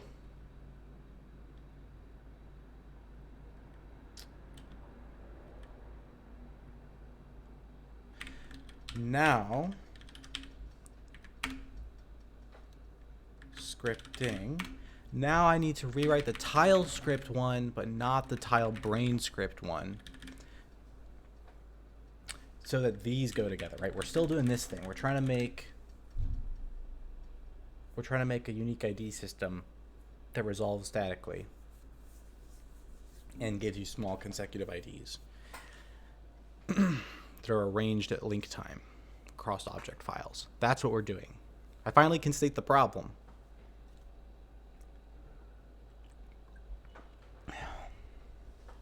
Okay.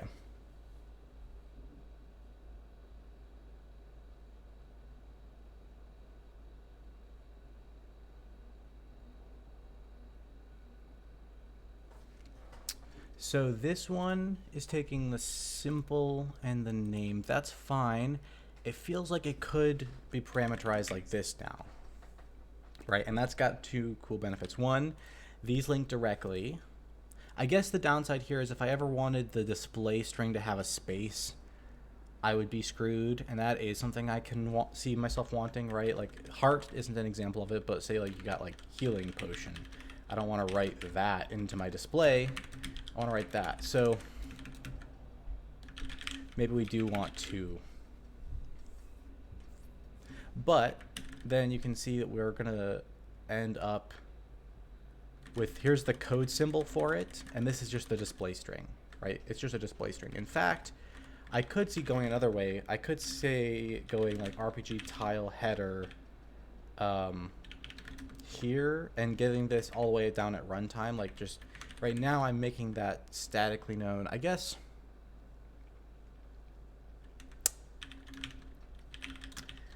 I mean that's actually super canonically what I'm doing here. Like this is how I did it for everything else.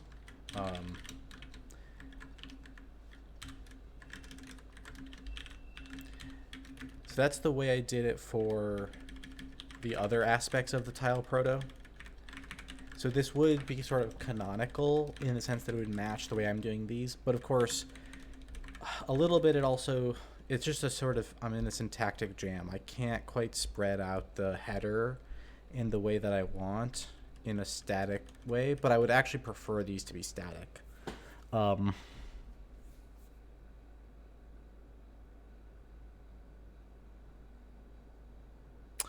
I would prefer to not have to have this if at all. And maybe what I need to be doing is leaning heavier into the string to provide the whole header, right? I mean, you could imagine a version of this where it's display name, colon, stack equals,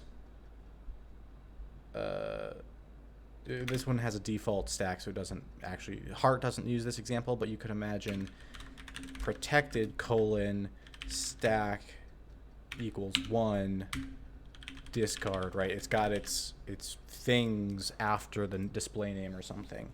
And then what would happen is statically it's not resolved. I actually have to initialization time go through all of these and parse these out. But the point is that the runtime script doesn't contain the extra nonsense.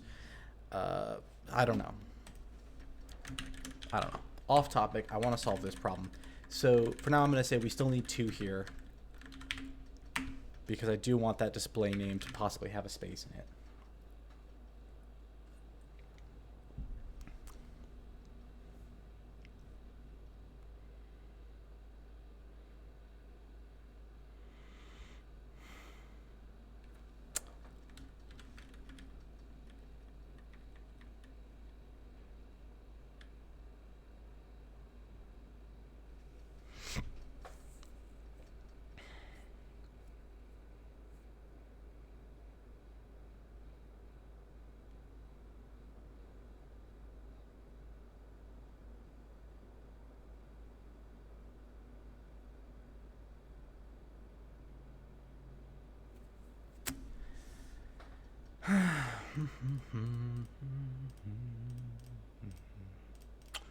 Okay, so what changes here? Well, it looks like even at the level of the registry, this is incomplete. So I'm passing the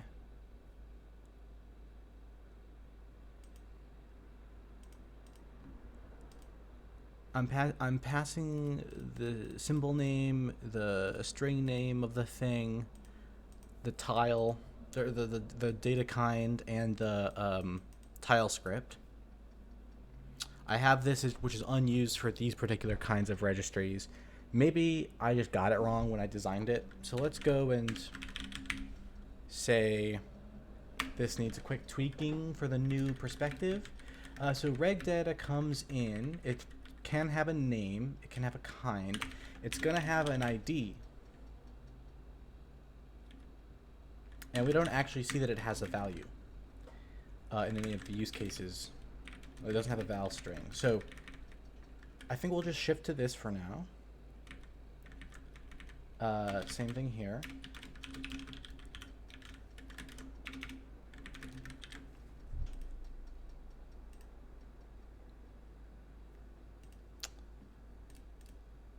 And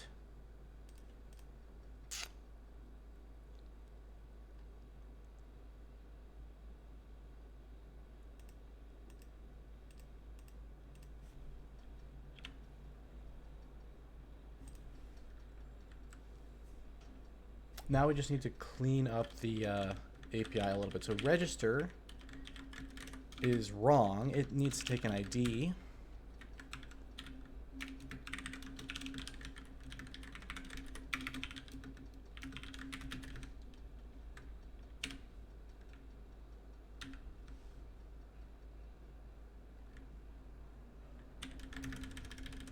This gets simpler.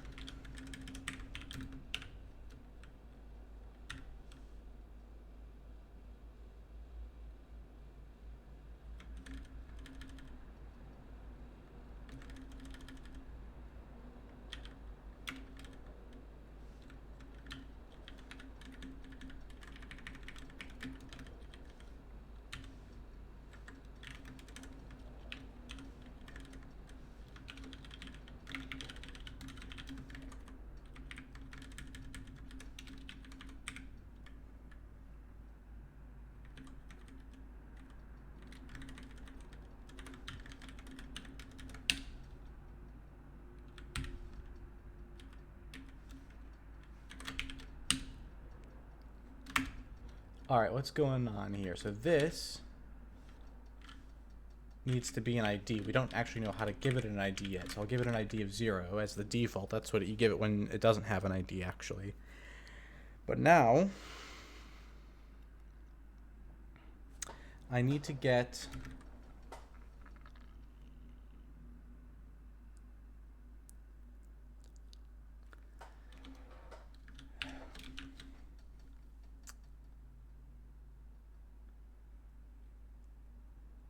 the address of the symbol.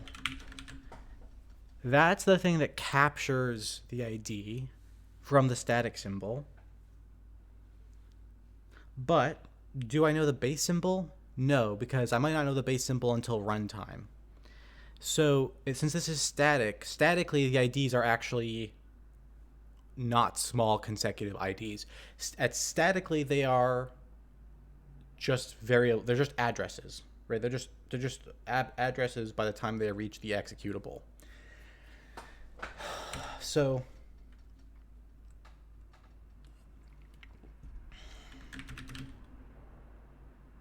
actually, I got it wrong again.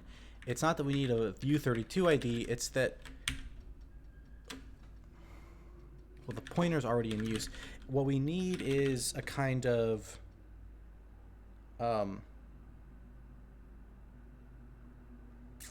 I need a name for something that's not yet the index, the small consecutive ID system, but that is the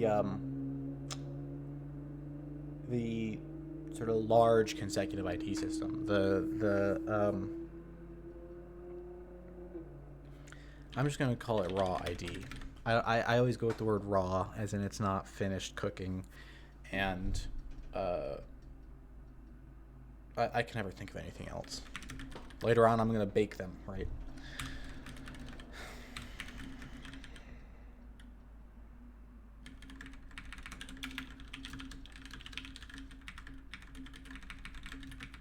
So yeah, it's going to be like that.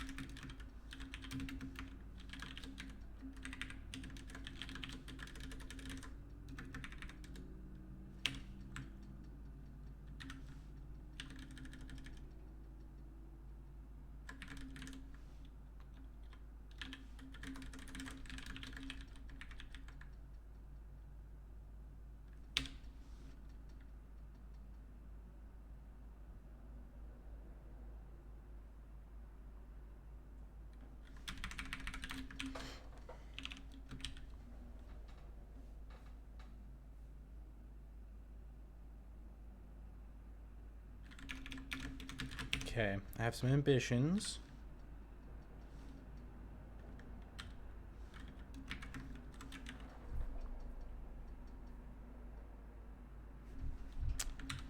But before I chase those down, let's see what's going on here.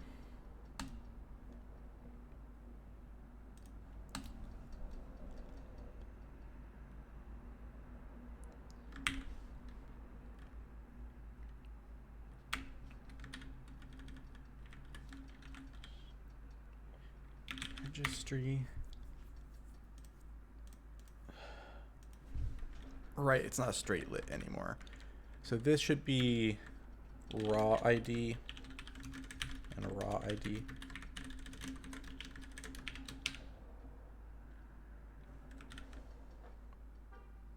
Okay, so these are not ready for the transition yet.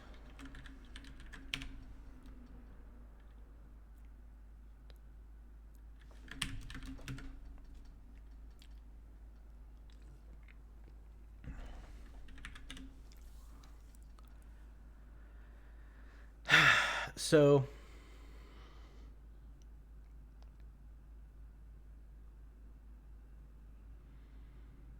okay, well, for now, I think what I can actually do is I can just go ahead and follow through all the way, and it's going to work, but it's not going to be because the system is done. It'll be because the system isn't done.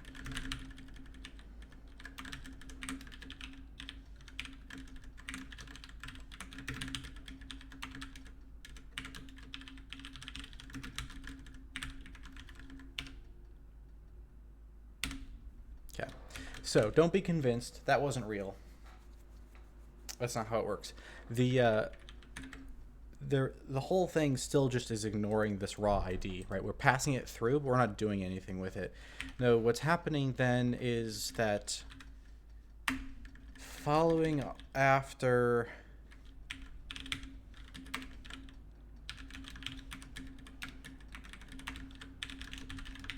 here's the bake right here. It's not actually called bake, but usually it is. This one grabs the registry map off of the like loosely constructed one from startup. So like there's basically during startup, each before main submits a bit of registered data, and then this thing scans all of that loosely constructed data and bakes it in, and that's the first thing that happens at startup, so that you have the sort of finalized copy of the data. There are things that could be done to make this a lot better that I haven't chased down yet, because they're a little bit less difficult theoretically and more annoying. But they do kind of overlap with what we're doing right now. So what's happening is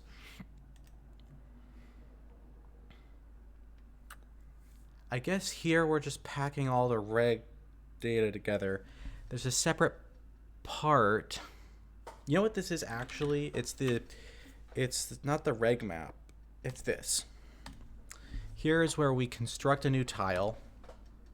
And the way constructing new tiles works is that this function presumes the responsibility for assigning IDs, because I was assigning IDs at runtime before, right? So tile new finds out the ID of the function. That's no longer going to fly. We're going to have to push this from the top down. The way this should work is that I construct a new tile and I tell it what ID it has. That's how it's going to have to work. So whatever, all of this could be very wrong now.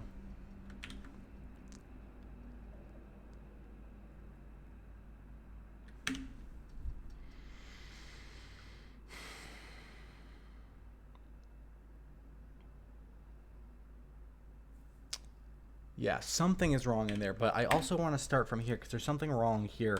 I don't even have the code for calculating the IDs yet, and I think that's going to have to come first.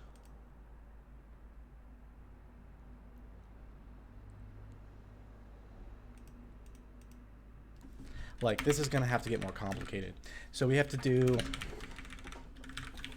a scan across all of these. These are the tiles, so each one should have a raw ID. And what we're going to do is we're going to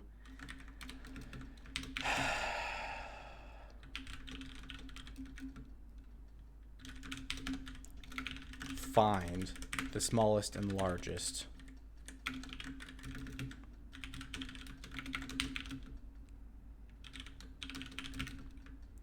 Int from putter. I need music. Let's do something with a little...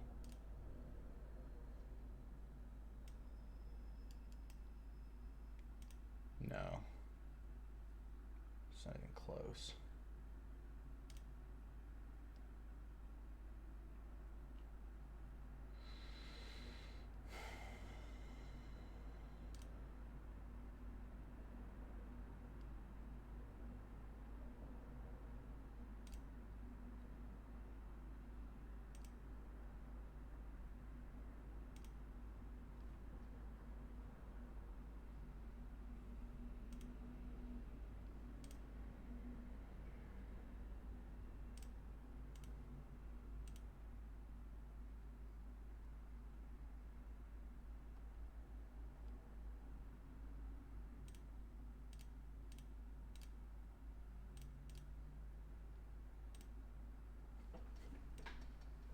There we go.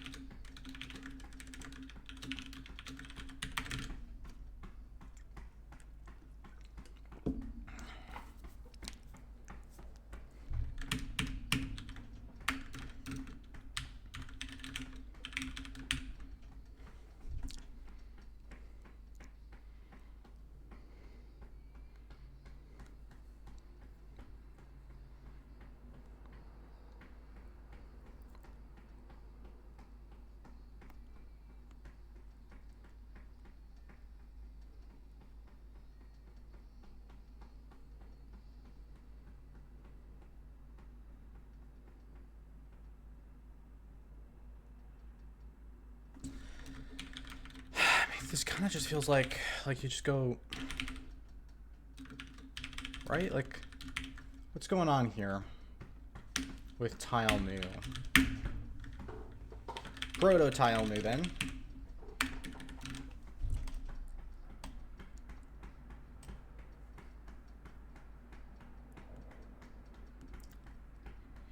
This is not going to be right anymore.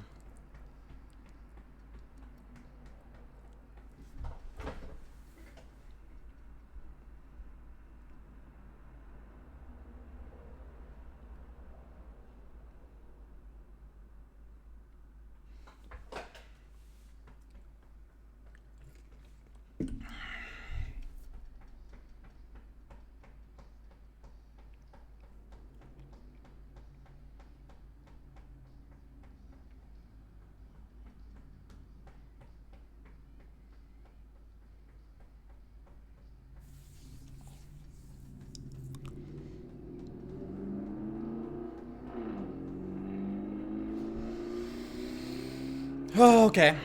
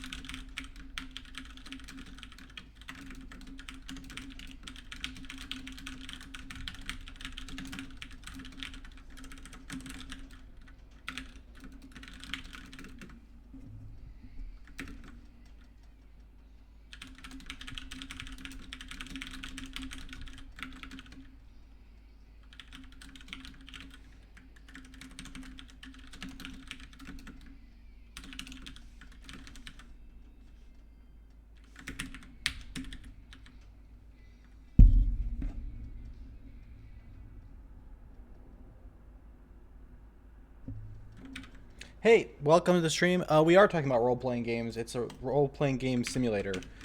So it's just like any other role-playing game, except that it's not set up for any players to play it. It's just all zero, like, bot brains running through the system.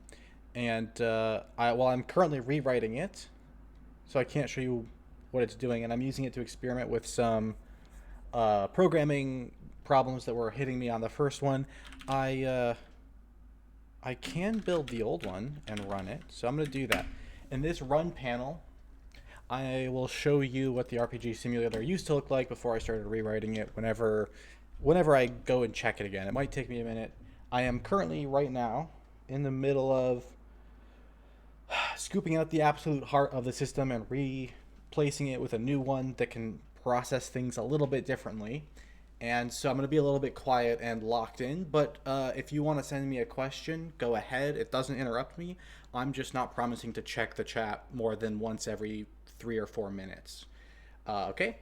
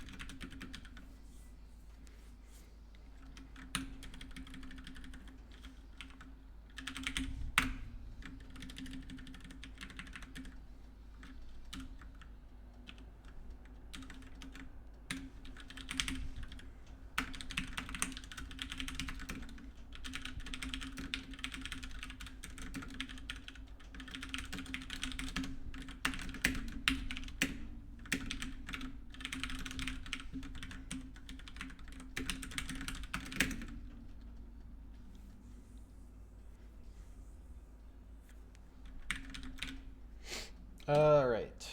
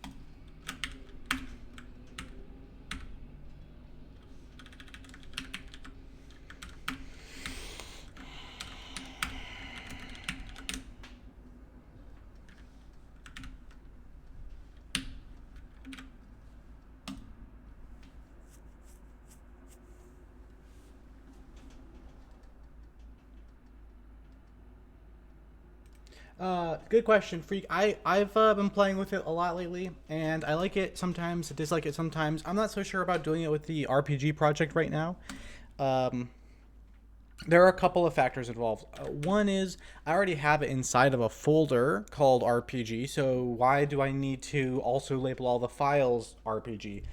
Well, the answer is many, many times when you're dealing with files, whether it be in text editors or other places, you just see the file name itself. Right? Lots of interfaces just end up showing you the final file name. And furthermore, in the cases of text editors, when you have two of these things with the same name, that sometimes leads to weird behaviors in the interfaces. So I try to have a certain amount of name spacing inside the identifiers that I put everywhere, right? So in folders, not so much, but in file names, always include a little prefix that marks what project it's from. Now, the choice of using dot instead of underscore is a little less clear to me. I usually do underscore. I've been playing with doing dots more and more because there are a few things that I like about them. It feels like at its best. Here's an example of that choice at its best. I think. So I've been working on my base layer, a new iteration of it that I'm going to share with people hopefully sometime this year. And the base layer is meant to be just sort of a single header, single C file kind of thing. I like that style. I like that approach where I just say, here's a single file or a pair of files that make up an entire thing you can include.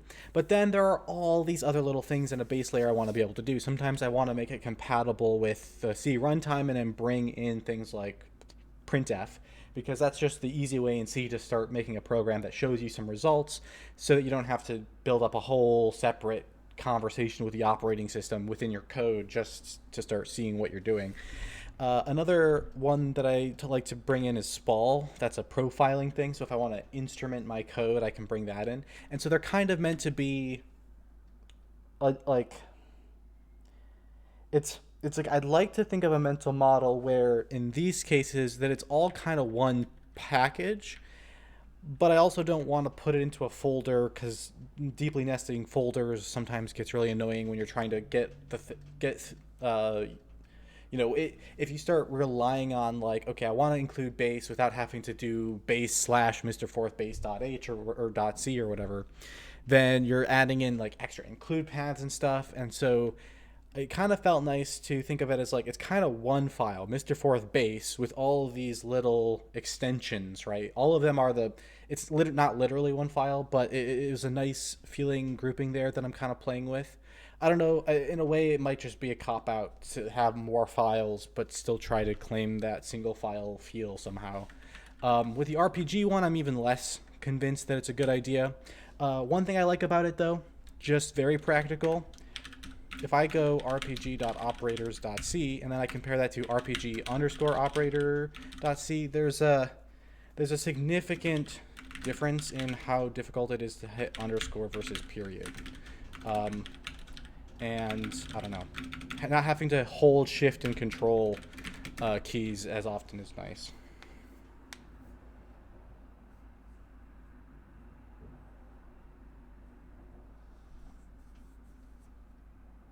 Yeah, I definitely think of the dots as stronger identifier separators. Like these are the things that could be C identifiers, RPG operators, and C could all be C identifiers. If you put an underscore, then RPG underscore operators is a thing. So I don't know. In a way, it's kind of like stronger layer delimiting with the possibility for a name of a layer to have an underscore in it. I don't know. I don't know.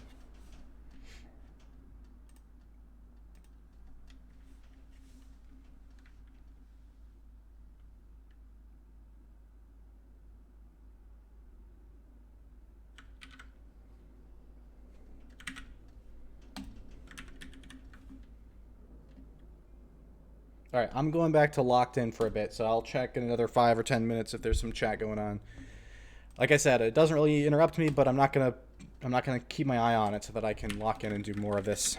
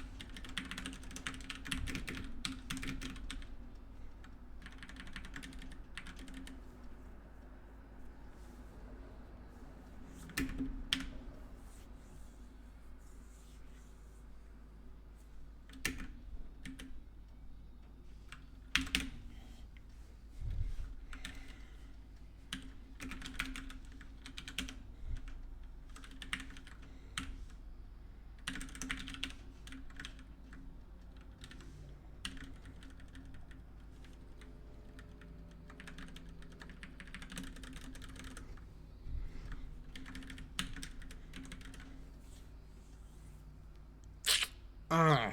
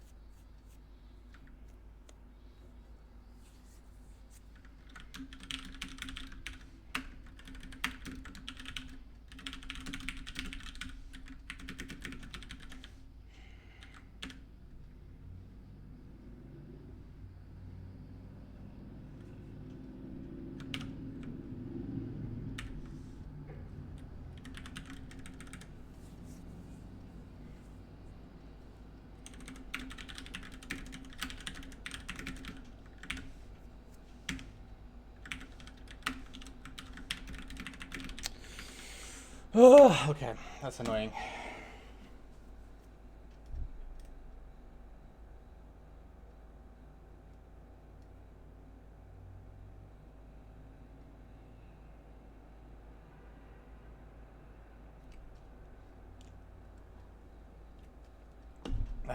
Okay. Freaks, yes, if you're still here, we can talk about the simulator a bit more. You were asking about what an RPG simulator is, what I mean by that concept. So, in case you're here and you can see this, and anyone else who's hasn't seen this yet and would like to see what is meant by RPG simulator, this is what the first pass looks like. This was about 6 weeks of work. This is one instance of it. I'm not modifying it for you, so you can't see how I play with it to develop more RPG rules with it. But the basic idea was I could build these little parties of player characters, and I could set up a sequence of challenges or a set of challenges, and I could run them. They're all driven by bots. It's all simulated, so there's no human player playing. But just using the bots, I could do things like determine how difficult a particular challenge was for the different parties. And while that might be different, right, if you put a player in there, the player might find better ways to play. So these difficulty measures might not be exactly what a human player would experience. They still show pretty remarkable things like how this party is handling this particular sequence of challenges a lot better than these ones. Since I didn't describe it, the higher the number is, that number is on average how many player characters died before the end of the sequence of challenges. And so I could run a sequence of challenges and then see on average how each party did. And you can see that this party, made up of these 4 special abilities running their special bot brains, is doing a whole lot better than the farmer party or the mercenary party. So it sort of gives me a way to measure out the difficulties. And you can see this handles all kinds of challenges quite gracefully, whereas these guys start to get real overwhelmed at the high end here, where it looks like they're getting wiped out pretty much every time. It looks like this party has a pretty good chance of making it through a lot of the time, even against this worst case. So this was kind of the stuff I was able to tinker with and learn about from the original RPG simulator, and I want to be able to keep all this so I can still run the same simulations and get the same, like, this is, each of these scenarios runs about 10,000 times in order to get the sample and also to figure out the variance, right? This is showing you an example of a very small variance. These have even smaller variance and a little bit lower average. But some of these have very high variance. So like this is saying, on average 2 died, but it looks like it's possible for any 0, 1, 2, 3, or 4. Could look like they're all probably possible outcomes for this combination. And whereas we can see like here, it doesn't look like there are probably any cases where 0 happened. It's probably mostly 4s and a few 3s, right? We can kind of get a feel for it. Now I could build the histograms in other ways. Like I could make 4 bars and show densities of counts, and I'd love to work out better visualizations both in ASCII form and eventually in a graphical form. That's stuff I'm not worried about right now.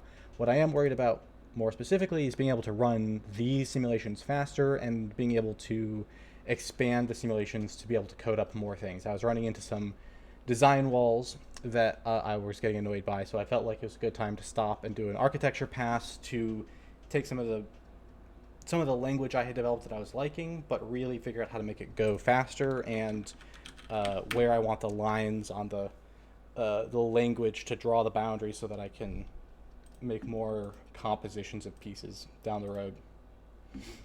So that's what we're working on here. Specifically, we're working today on an ID resolution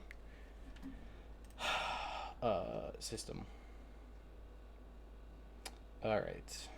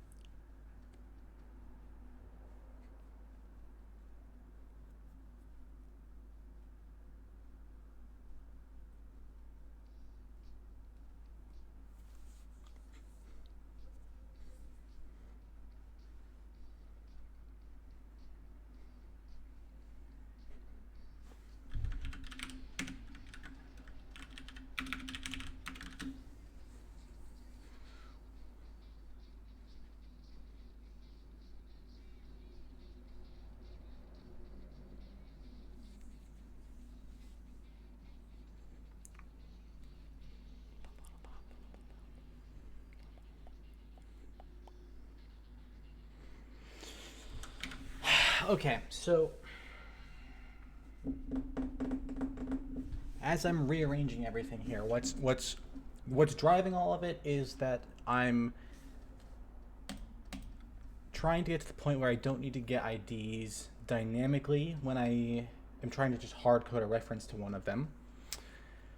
And that means the IDs are resolved statically. So all these systems that used to rely on dynamically resolved IDs are changing. Now, as they're changing, it just feels like a good time and a place where it's easier to switch to having separate ID systems for each type instead of a Lego bricked ID system. And so I've been making that transition, and it could be the wrong call. It could be that having tile IDs be separate from the other ID systems is a step too far. It's just hard because half of them aren't even built in a way that would allow them to be statically defined yet. Like, I don't have static definitions for characters, parties, or routes. So those three parts are all going to be dynamically defined anyways. And so I kind of need to construct them separately just to make it make sense, right? So in the meantime, it's starting to get like a little bit more heavy on the side of like figuring out how these references connect to each other, because they used to all just use a shared ID system, and so I didn't have to check the type of the thing I was building in order to figure out the type of the thing that it depends on, and now it's sort of headed in that way. So there are two ways I could think about doing this. One is I could say, I have a proto-kind here. If it's a tile, then it won't have subs. If it's a character, then its subs are tiles, and if it's a party, its subs are characters, and so on and so on. So there's no problem. The things under you are known and fixed. I don't know if I'm going to want that restriction forever. The kind isn't supposed to just be a counter of how high up it is in the hierarchy. It's supposed to be a little more flexible than that. So if they're going to be separate ID systems, I think I need to start doing this. I need to start just saying, we're going to link you right to the proto pointer. And so to construct one of these, instead of grabbing an ID, we're going to grab a new proto pointer.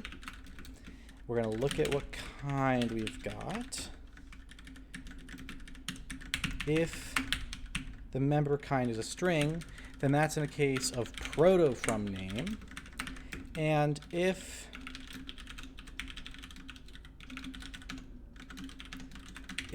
what we have is another literal, then we run into this problem of needing a recursive construction. Right now I'm initializing a proto from a literal, but that's including an assumption here that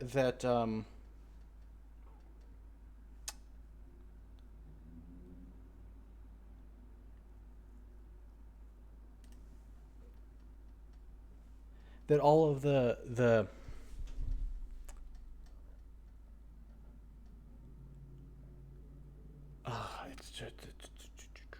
I see what I can do. It gets weird. We have to have an escape hatch here. This isn't the final construction of everything. Something is definitely broken, but it's a transitionary stage. We're just going to have a thing called proto from literal that's literally a data construction system, because the proto now, look at this, doesn't actually need to be context bound. Since it used to have an ID right here, which was then brought into the proto through this, right? So ID came in through here. This thing only made sense in light of a particular RPG context which mapped IDs to protos. Now I'm just gonna say protos are sort of self-referential without a context at all, so that I can have some protos which won't have IDs. I don't think this is what ultimately I would want, but since I don't already have a way of constructing these things on the fly at startup time, I do need to be able to do that. So I need to think a little more carefully about how I expect the statically initialized IDs and the initialization time IDs to work together, because I think that's going to be a permanent problem. But for now, I'm just eliminating the need to always reference things through IDs, period, by having the protos be a self-contained data structure.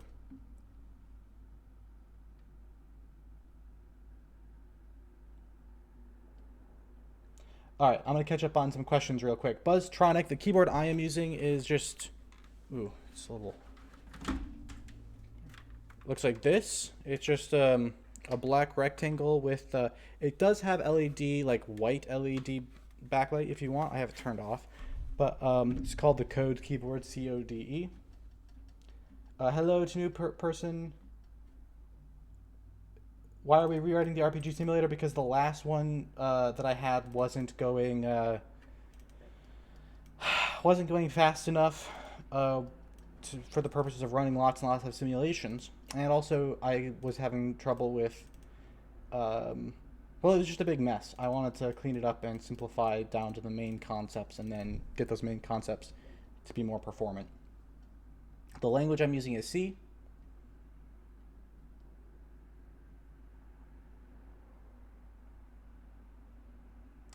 And then, okay, question about how can I start learning about computation systems and developing low-level stuff? I think, for me, the easy way in was to do games. Like, if you just use the C language and construct Tetris or Asteroids or Frogger. It's a very good, easy game to start with. I would start with something like that, because games give you... they give you a little bit of permission to be sloppy, so that you can learn the process. And then once you've done it, if you succeed at putting together one simple game like Frogger, then you'll have an idea of how to do things like arranging higher level systems of, like what I'm doing, mapping IDs to different assets and creating logical systems out of the data. So C basically gives you just memory, arithmetic, and function call logic, right? For the most part, that's pretty much it.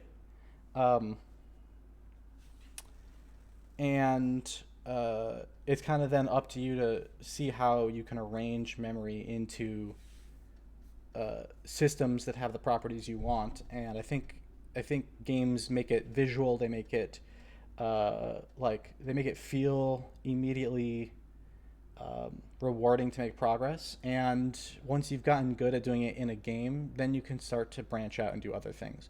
That's my realistic roadmap. There might be other ways to learn it, but I got into it from making games in something like C. Like if you've literally never touched any, it depends on when you say you've done back-end dev. I assume back-end dev means like Go programming or something. So if you want to go into full manual memory management and haven't done that yet, I think something like C, building something like Frogger or Tetris is probably a good starting point. Or build like a Sokoban game. That's a little bit complicated in some ways. The logic is complicated. So maybe that's game number 2. And since you're looking for suggestions, I would either start with something like the SDL library, which will give you graphics at a slightly higher level, because going all the way down to operating system level graphics is a trip and not rewarding. So starting with something like SDL or Raylib.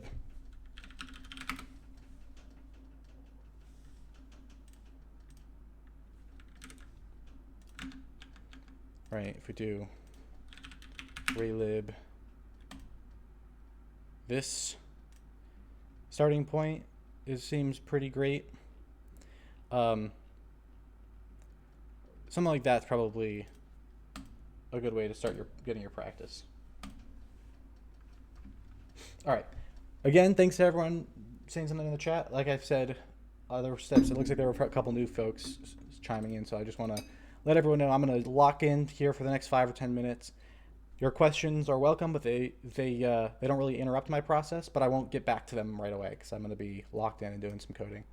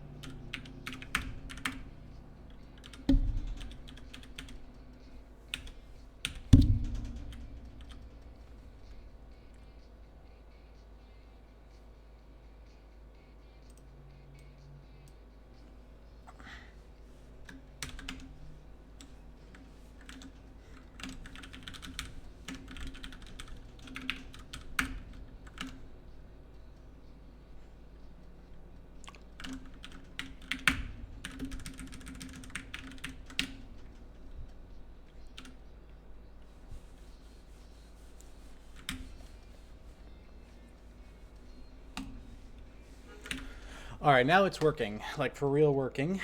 So I've made a mess today, but I do think I've made it work. Like I can see the beginning of this idea. I'm gonna need to take a break for dinner, and then I think I'll do another stream. I'm feeling like this could be a good night for a little bit of late night streaming for me. So it's almost 5 now. I'll take a couple hours off, maybe 1 to 2 hours. I'll be back on, and with an eye to cleaning up the mess. But the main idea is up and running now. So I'm declaring these symbols, and I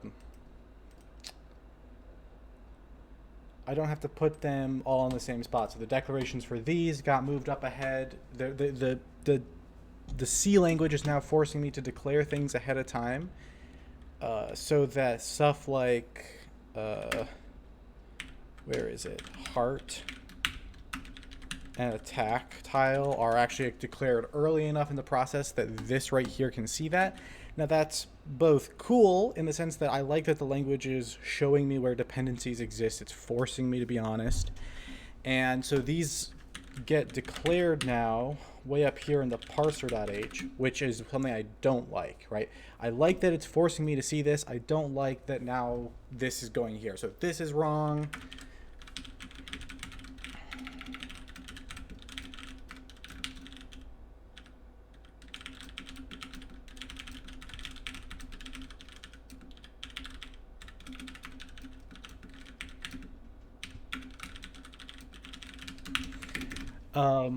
but that's a good step in the right direction. The way it boils down now is these give you a real ID. They give you an actual accurate ID, but only after the bias gets initialized, right? And the bias gets initialized